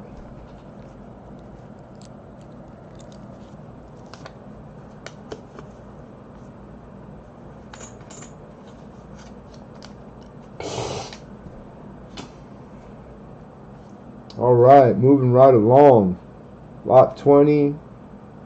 And this one, man, I just saw it out of the corner of my eye. I'm so glad I didn't miss it. This thing is beautiful. It's all original. The way that they, the flip that they put it in, and the COA that it comes with. This is the $2 Flamingo of the Bahamas that the Franklin Mint did. It's a big old honking silver coin, but it's beautiful. These things are gorgeous.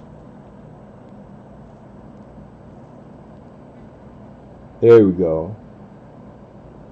I mean, not a mark on it. It's as pretty as the day they made this sucker right here. Yeah, I don't play that stuff, man. I'm anti-lottery. They prey on the poor. I watched my mother give every last $2 we ever had at the lottery, man. And it's like where I live, it's really like, they're taking the guy's last $5 on a pipe dream. Mathematically, the odds of winning the lottery are like getting hit by lightning like 7 times in one day. It's a sucker's bet, man. And I know somebody's got to win it, but I just know it ain't gonna be me. So I'll just save the time. But more power to you guys, man. And if you hit it, hey, don't forget it, guy. Take me out to dinner in Vegas. I dare you. So here's what it came with. This is explaining your 1972 $2 Flamingo is an uncirculated specimen minted in solid sterling silver. It's 40 millimeters in diameter. And then the obverse, etc. tells you about Her Majesty, yada yada, bada bing. And then balmy climate. What? The 2 flamingos on the coin flank the rising sun, symbolizing the balmy climate of the islands of the Commonwealth's bright future as it moves towards independence. That sounds like a lot of politics to me. So I'm gonna show the coin now. But yeah, beautiful coin, big honking piece of silver. $35. $35. They didn't make a whole lot of these either. I don't want to handle it a lot. So we're going to show you this is out of the flip, out of the plastic. There's a beautiful young her. Look at that. Is that not gorgeous? The reading. Sharp, and I love sharp silver reading, man. It just, I don't know, just me. It's like one of my little things. And then the obverse design, the reverse. I love the Bahama coin. They always have birds. And really pretty. Some of my favorite, like world coin. Isn't that beautiful?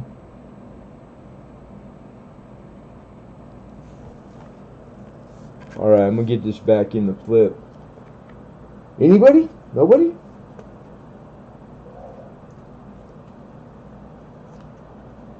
I found some sold histories, and again, this is one of the ones the dealers tend to hold on to for the hold out, I should say, for the buy it nows, and they were higher. They were a lot higher priced. Just for FYI for you guys. Joe Durden for $35. It's a nice coin.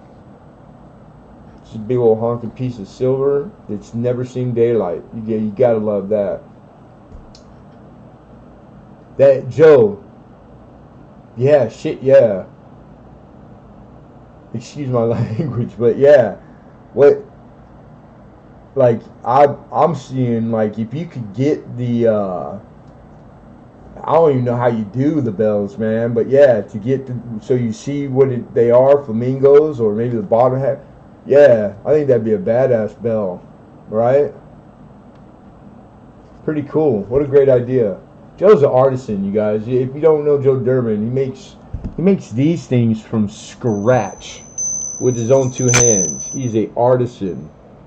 This is one of his bells that I was lucky enough to win from Oz Art.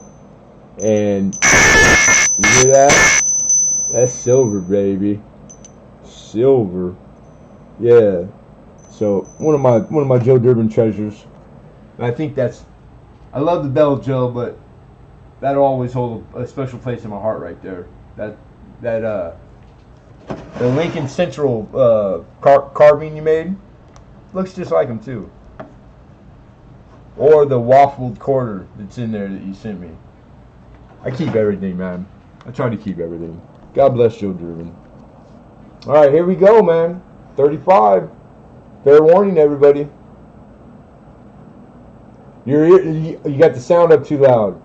Now you know how we all feel with the bells. Bang, bang, bang, bang. Going once, everybody. Lincoln said, "What are you talking about, Willis? Going twice." I'm just teasing Lincoln. And sold. Joe Durbin, congrats, sir.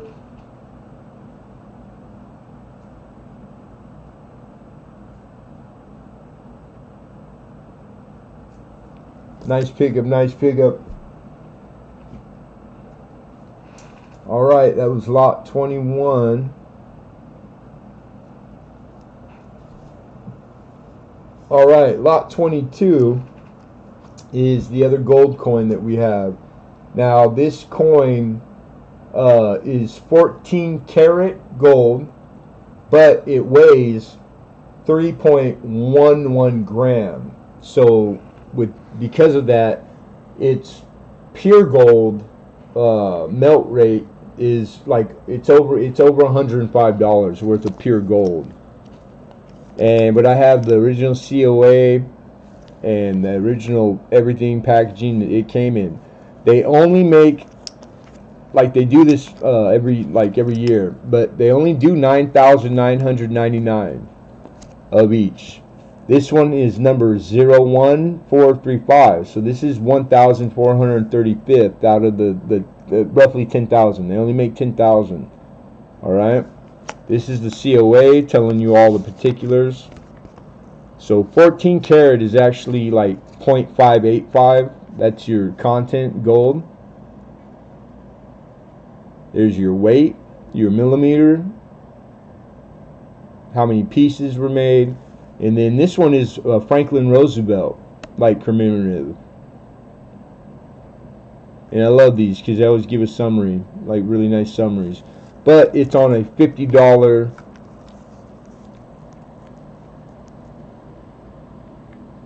Republic of Liberia. So this is about the size of a nickel too, and it's in a direct fit, so it's never seen daylight. It's beautiful, and it's proof like. So 2002, and I need 130 for this. So that's just a little bit over, just a little premium over scrap value. And of course, this thing's gorgeous. This is not scrap whatsoever. And then let me give you the other side, because I didn't have enough room in the description. You got Franklin Roosevelt DR right there, $50.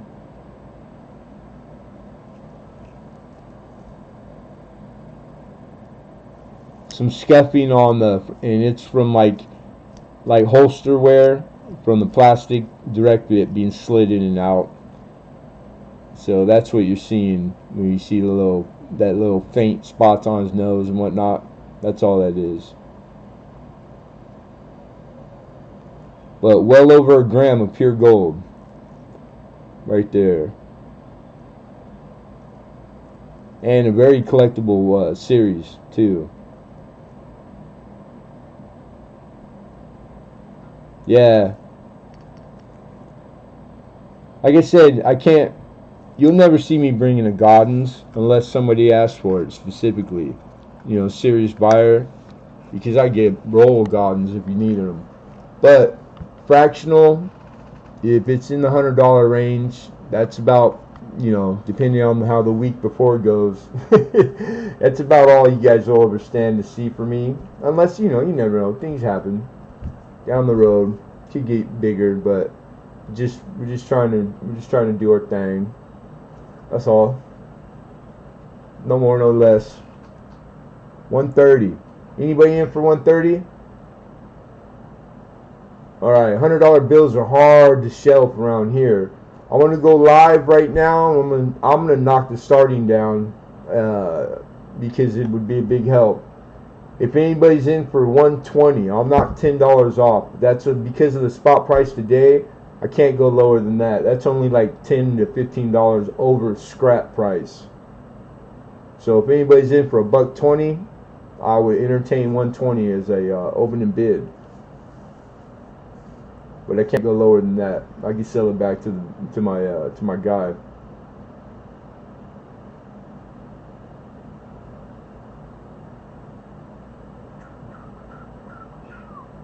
Alright, I got a note. 120 really quick. 120. Alright, nobody? Alright, moving on. No problem. And like I said, we always revisit things and get no bid, which would be like in 5 minutes anyways, but that might give you time to, I know a lot of you guys like to do your homework, you're sticklers for that. I'm all for that. So we'll revisit it. It'll get revisited one time, but we're going to move on. We showed that lot. 22. Alright, 23. We got a complete -4 coins only. The key dates, of course, SBDB, the 14 Denver, 31S, and the 09S. But every single other specimen is in there. So this is a complete 1909 through 1940 Lincoln Cent collection. I need $110 to open. And like I said, everything except 4 specimens. So, you know, which is $1,000 coin in good 09S BDB. It's not in there. 09S, 14 Denver, and then I believe the 31S. But all others complete. This is 3-page album.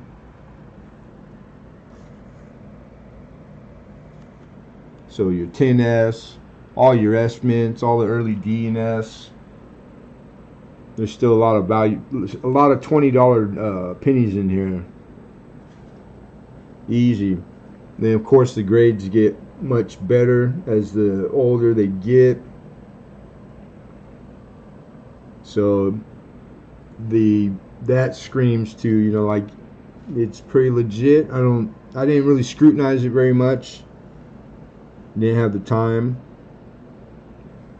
but there's some good liquors in there, and some of the more premium priced ones, I made sure it had the proper mint marks, the S marks, and they're there. You got some woodies. That 15 Denver is pretty damn good looking. It's on a woody plancher. That's an improperly mixed alloy, which brings a small premium, but lots of, me included, a lot of collectors like the woody plancher. Woody's slang for it's an annealing, I'm sorry, it's a, they didn't mix the alloys thoroughly, so they get striping and whatnot. These things were done by hand back in the day. So anybody in for that?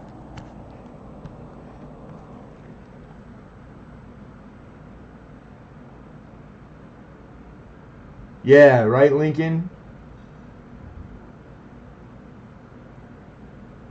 Takes a long time to get. It's hard, and some of those, not just the key dates, some of the semi-keys, these are harder, they're getting harder to find. And for like reasonable prices. Like, they're not making these coins no more, man. You know what I'm saying?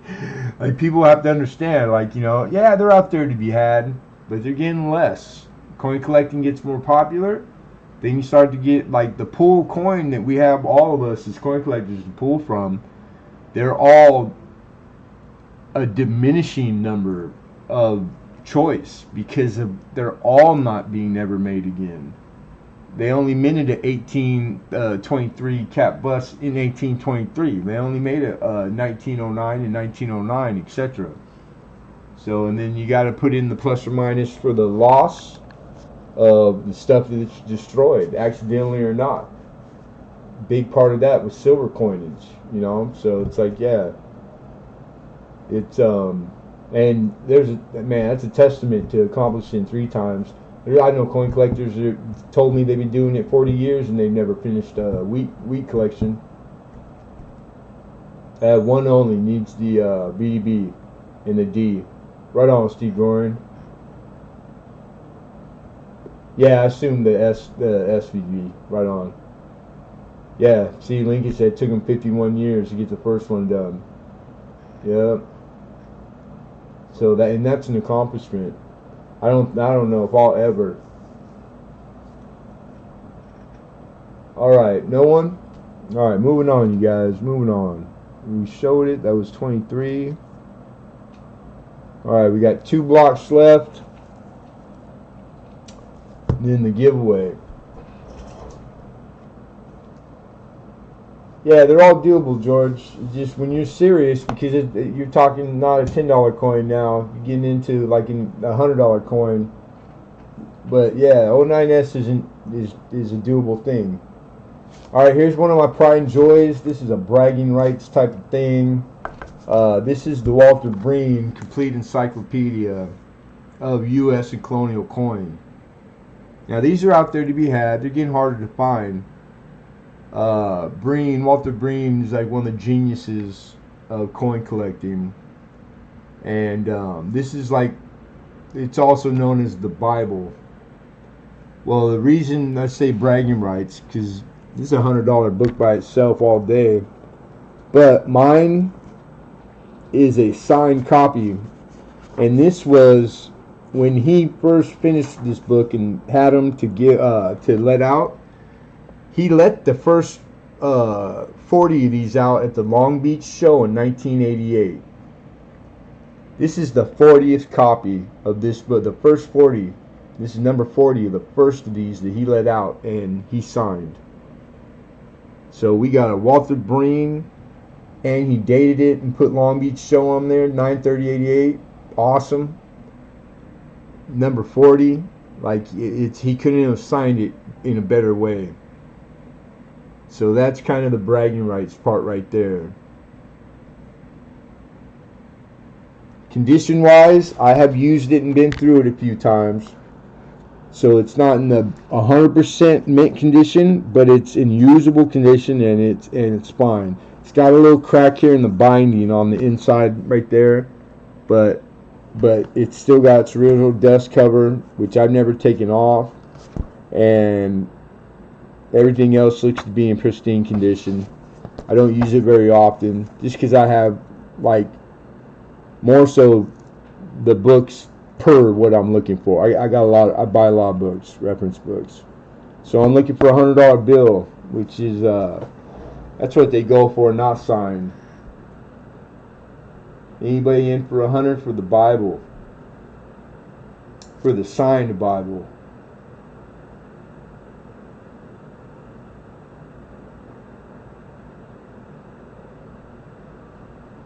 $100, Alex. I'm looking for 100. If you're asking about the Lincoln Cent collection, 110 is what we're looking for.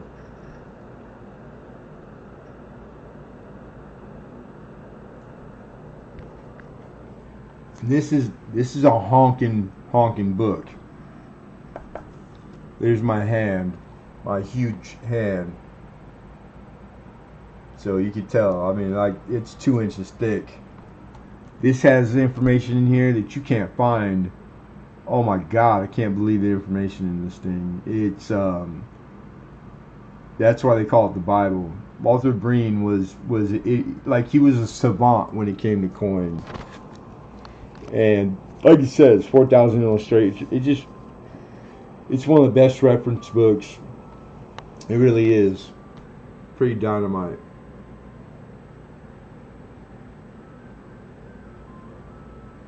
Thank you, Bigfoot. Yeah, right on. Yeah. It's a tight month. We hate to let it go, but it's what we do. We buy and sell. So everything, there's nothing I have coin-wise that's not for sale. Even my prized possessions. But I am a coin collector, but we let go of stuff when it's necessary. And it's necessary. No one? All right. Moving on.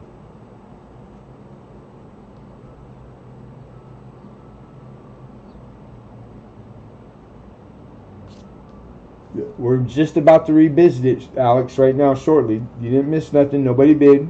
Hold on. Calm down, little buddy. Calm down. We got you. All right, here's the last block, which is 25. This is the Bowers and Rudy. This was from the Fulton collection auction, the public auction that they ran in 1978. You can see the condition. Still white, clean.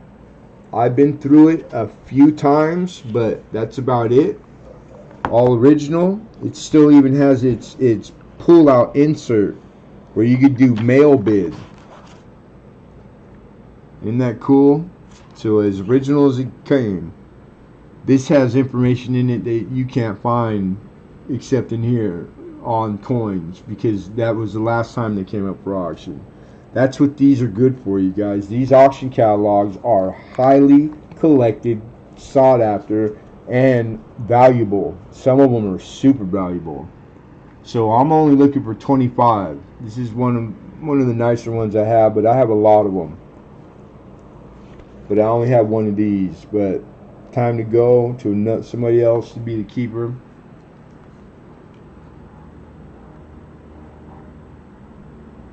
Anybody? Do I hear 25? I'm asking 110 as an opener. We can talk about, let's revisit it when we get back to it, Alex. You didn't miss anything. Alright? So just hold on. Have some patience. Because it starts to get too many people weighing in and it gets misconstrued. And now it looks like 110 is what I'm asking. I'm not asking 110. I'm asking as an opener. Of course, it's worth way more than 110. So I'm hoping that the knowing or the people that need are here and that they would bid 110 just to open it and that it would get fought over like it should. So you guys just try to follow me only, okay? If I get cherry picked. It happens, man. It happens. Nobody is immune to not getting cherry picked, man. That's why you got to be okay with it. Some people, like, they take it hard. I don't. It's part of the game, man. It's part of the game. And I love you guys. Forget about it. Nobody for 25?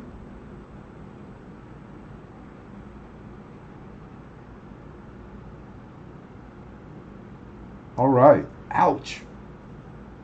I thought that was another one I would have bet my life that it goes. I'm always, man, I don't do good on those ones. All right, that's the official end of auction.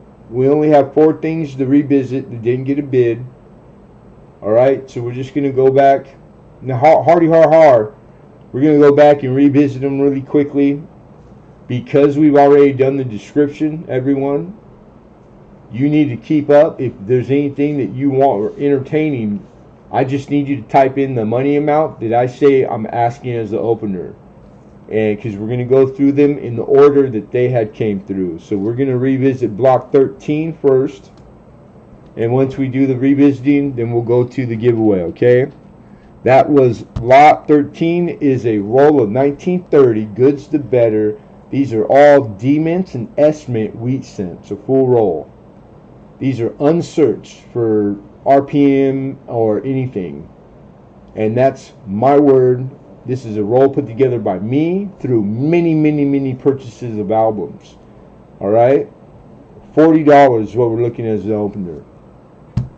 Moving on. Lot number 20 is the gold coin, which you got over a gram of gold. This is 3.1 in weight, but it's 14 in carat. Only 9,999 pieces. The scrap value on this is around $110 just in scrap. I was looking for a $10 over top, $120 to open it. Because I've given it away. I don't know any metals company that has a $10 premium on anything gold. Not one of them. They're all way more than that. Alright. That was lot 22. Lot 23, of course, was the Lincoln collection. Just missing 4, which are all by themselves over $110. But complete through 1940. 09 through 1940. Lacking the BGVS, the 09S, the 14 Denver, and 31S. Arguably, depending on the grade, would be a $100 coin. Alright, 110. We're looking for 110 on it. And then lot number 24 is the Bible, signed 40th one he gave away in person at the Long Beach show in '88. And it's this one right here. $100 bill. And then lastly, the Fulton collection. This is a Bowers and Rudy, 2 of the gods, from '78, and this is a pretty good reference. This is awesome if you collect, and not everybody does. It might be kind of like more advanced for the advanced collector. All right, and 25 on it. These, I dare you to find the same one in this condition. They're pretty good and pretty hard. All right, nobody for anything.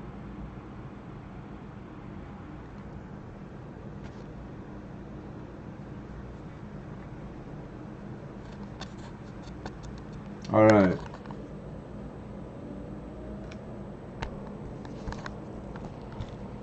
Alright, let's do our giveaway. Alright, everyone, this is how we do the giveaways. You get one guess. One guess. We will go and check and verify together by hand on my screen. So right now you want to refresh. That's this thing right here. And then you want to make sure you're on live chat. Alright, while you're doing that, I'm going to get it ready, because you're going to wait for the word go from Lemonhead Penny in the chat. Once you see the word go, feel free to participate or not. We got trivia. We're looking for a correct answer. The first one on my screen, in order on my screen, because there could be multiple correct answers. But once I see it, I will ask you guys to stop. There's always a chance no one gets it, and we run it again. But one answer each, so 30 seconds to give you guys to refresh your watch page. Alright, and good luck everybody. And this one we don't have to hide cameras or anything, because I already got it written down. Already got the giveaway items inside the envelope. So you guys good luck. Alright, get ready. I'm going to read the question, then I'm going to hit the go, okay? So get your ears open. Get your ears open. You got your ears open, Smokey? You ready? Alright, one guess each, everybody. Here's the question. What's the only U.S. Rand mint that was run outside of the United States? First one with the correct answer is the winner. Got a mad scramble, mad dash for the Google. I already know. What the hell's W? we need the answer to the question. What is the only U.S. Rand mint that was outside of the U.S.? Not Canada. Good guess. We got a winner. Manila, number 3 on my screen, Mr. Hidden. The Manila Mint, the Philippines. That is correct. Mr. Numismatist, he's showing his true colors. He's a true numismatist. Montreal, Philippines. Steve Goring would have been next, but that wouldn't have been correct. Christopher Gain, the Philippines. I needed the Manila Mint because that's what the mint was. The mint mark was an M too. There was a handful of years that they didn't put a mint mark, but they ended up using the mint. But they really were only in business for a short time. There's a lot of cool history to it. If you guys like the history guy here on YouTube, man, he does it. It's in one of my playlists. And if you want to know about the Manila Mint, awesome video. It's like 15 minutes long, just chock full of information. But Hidden, it's been a while. You were killing it. You were a mad giveaway killer for a long time. Then you got quiet for a while. And Bigfoot, 3.14. That's his guess every time for anything. I love it. That's my dog. That's good stuff, man. Yeah, Lincoln's like, W. What the heck was I guessing? That's all right, Lincoln. We all know you're old. You gotta whisper around him sometimes. He gets confused. Hey, but congrats. Free giveaway. My brother from another mother, Hidden. Putting you down right here, Mr. Hidden. All right, man. It's a wrap. It's a wrap. It's a wrap. The official shebang shaboom and everything is done. If any of you want to make offers on the things that didn't get a bid, I would truly entertain offers because they're the most expensive items and all the money tied up really in them.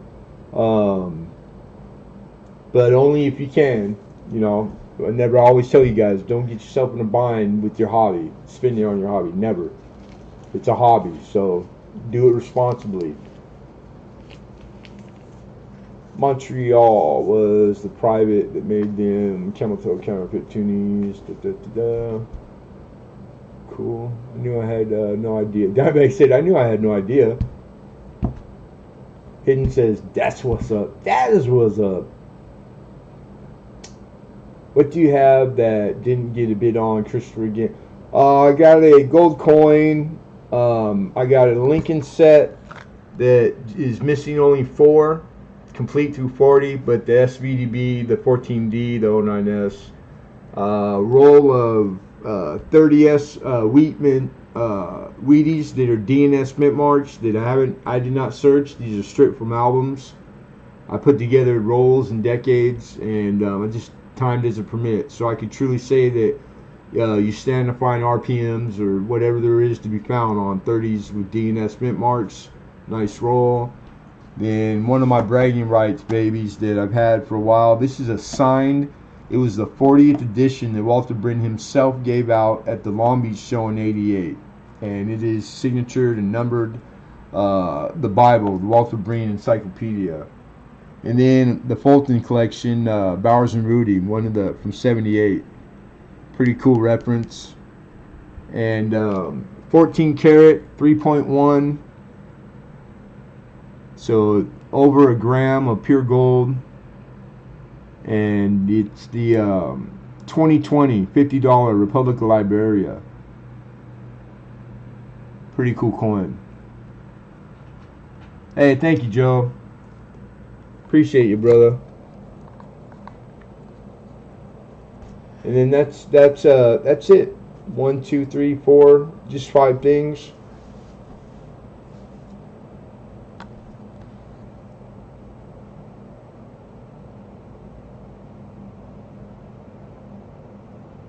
I'm only in the U.S. In U.S. coins, Travis. Yeah, like, just call it what it is, man. Ike dollars in every version. That has very little to do with me being hundreds of years old. See, when if you can't laugh at yourself, people, then you're doing it wrong. You're just doing it wrong. You gotta keep humor in your life. How much for the album?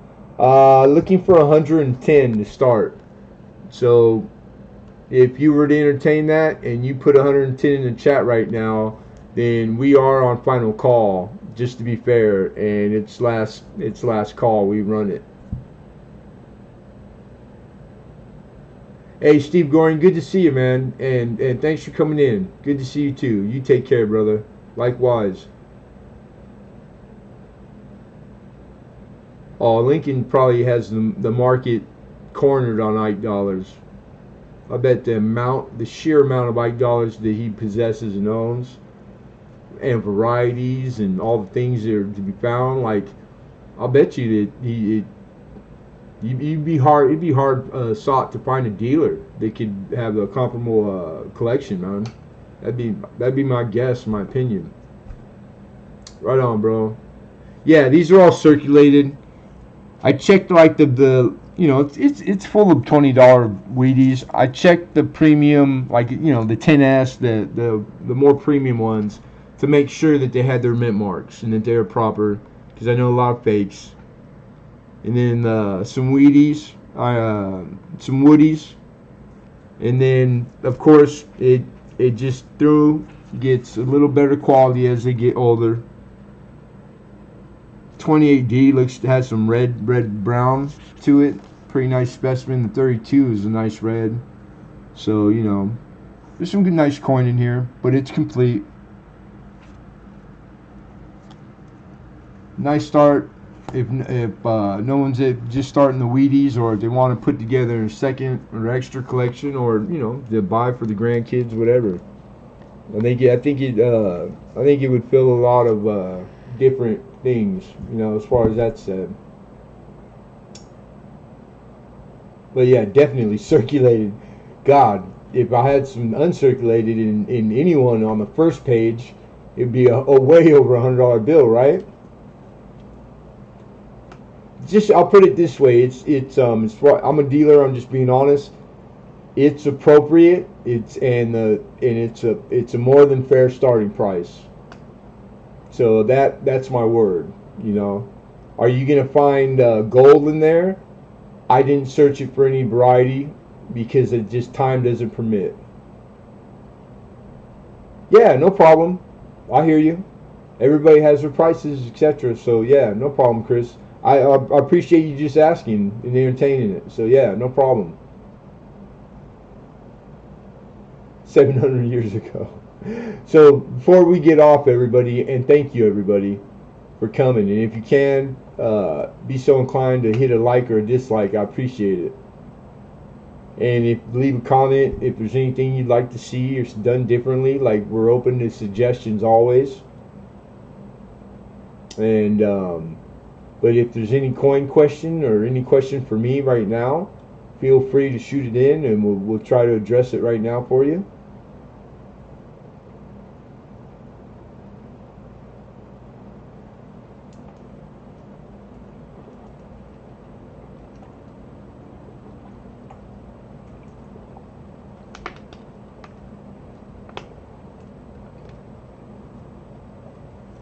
Yeah, Christopher Gain, I figured you did. Right on. And all appreciated, man. No harm, no foul. Like, they're just knowledgeable. I still think it's a good price. Like, dealer wise. But some guys got everybody's got good somewhere. I forget that.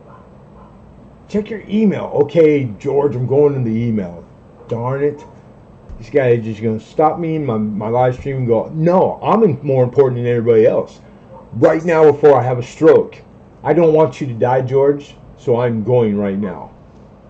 Don't die, George. You die on me, and I'll kill you, damn it. Alright, let's see what's so important.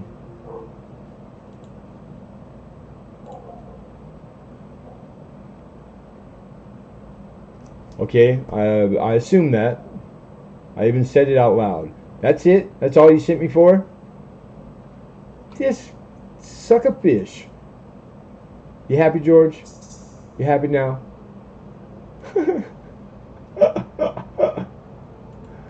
Alright, don't die. You didn't die, George. See, was that pretty harmless? Miss Southern Belle, how are you, Mama? Good to see you. No, I'm smiling. I don't smile too much. I'm still waiting on my new choppers, so. But yeah, no, have a good night. And Miss Southern Belle makes me smile. And everybody, don't forget what she says. You gotta have that faith like a mustard seed, man. Always, you guys, always. I go check. I go check? Nick Mulder's phone's in my room. Yeah, but what you two got going on? Hey, yo, get a room. I don't know, man. It's none of my business. I don't ask. It's none of my business. I don't judge either. I don't judge.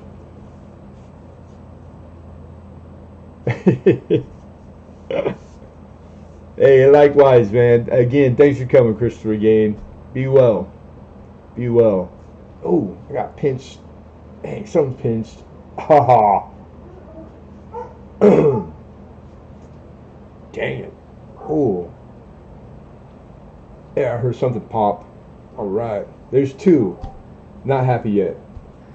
I just saw one.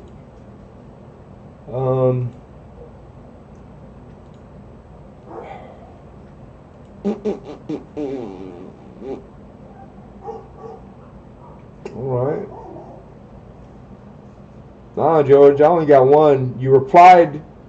Also, George, you need to stop. I forgot to tell you this. Every time you reply to something, and then you're using the link from the email that I sent the chain email to, you're making 115 people's business, our business, their business, because they're getting a copy of it sent to them also. I didn't know if you knew that.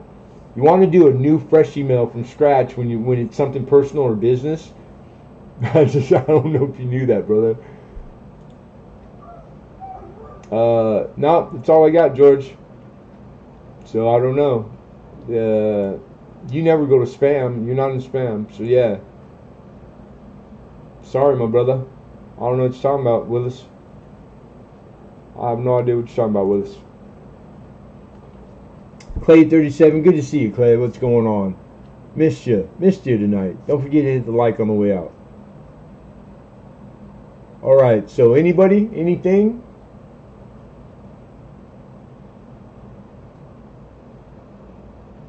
We're gonna get off. I gotta go get my car. And then when I get back, we made great time. It's only 5:30 p.m. West Coast time. So the latest could be is what, 8:30 on the East Coast. So you guys still got all night to YouTube and hobnob and jump on and support each other's and the streams. So I'm sure maybe I'll even bump into some of you tonight. If we don't live stream late tonight, because I'm trying to get that in more. So, but I appreciate all of you, and I hope everybody's well. And you guys are all in my prayers always. And there's a lot of you going through some tough stuff right now. You're specifically in my prayers, and you guys know who you are. Alright? And that's it. I just wish well for everybody. But we're going to close it down.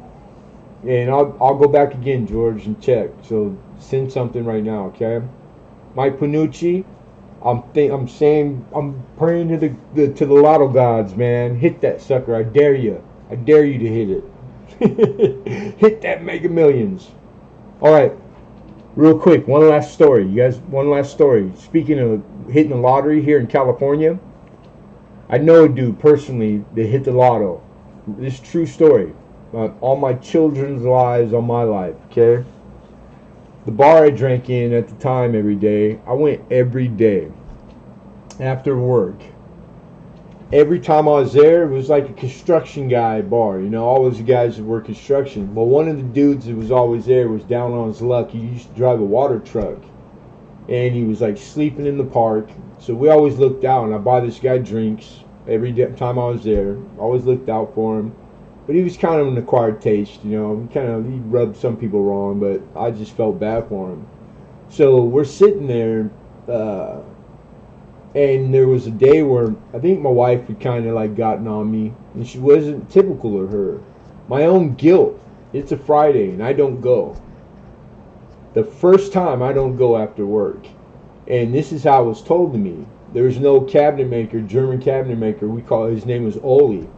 He walks in, and there's only 6 guys in the bar, and he tells the bar tender, this lady, to give everybody a quick pick, a $1 quick pick for the Super Lotto, and she gives them all one. Well, one of them was the winning ticket for $8 million. Guess who it was? The homeless guy. The one that I always would be sitting next to. If I would have went that Friday, I would have been on the right of him or the left of him, giving me it would have been a coin flip. That was my $8 million. 50-50 shot. So that was a hard one to live down. Boy, that was tough. It's funny, too, because everybody came out of the woodworks, and they almost ruined that dude, almost killed himself, the stress. I remember a big party he threw for him, everybody giving him money, because until he got his money, and I remember sitting outside smoking a cigarette, and he comes sit down, and my real blood brother, one of the last times I ever saw him, we're sitting out there, and he goes, "Here, Trav," he goes, I want to give you 10 grand, you know, for always looking out for him. And I looked at him and go, "I don't want your freaking money. I made $1 million before I was 21 years old. You know what I'm saying?" I wasn't being like big-headed. I was happy for him, and I didn't want him to think I was like the rest of these blood-sucking leeches. And my brother, it was the only time my brother, the one that beat me all of my life, stood up for, he said something nice about me. He goes, "My brother don't want your money."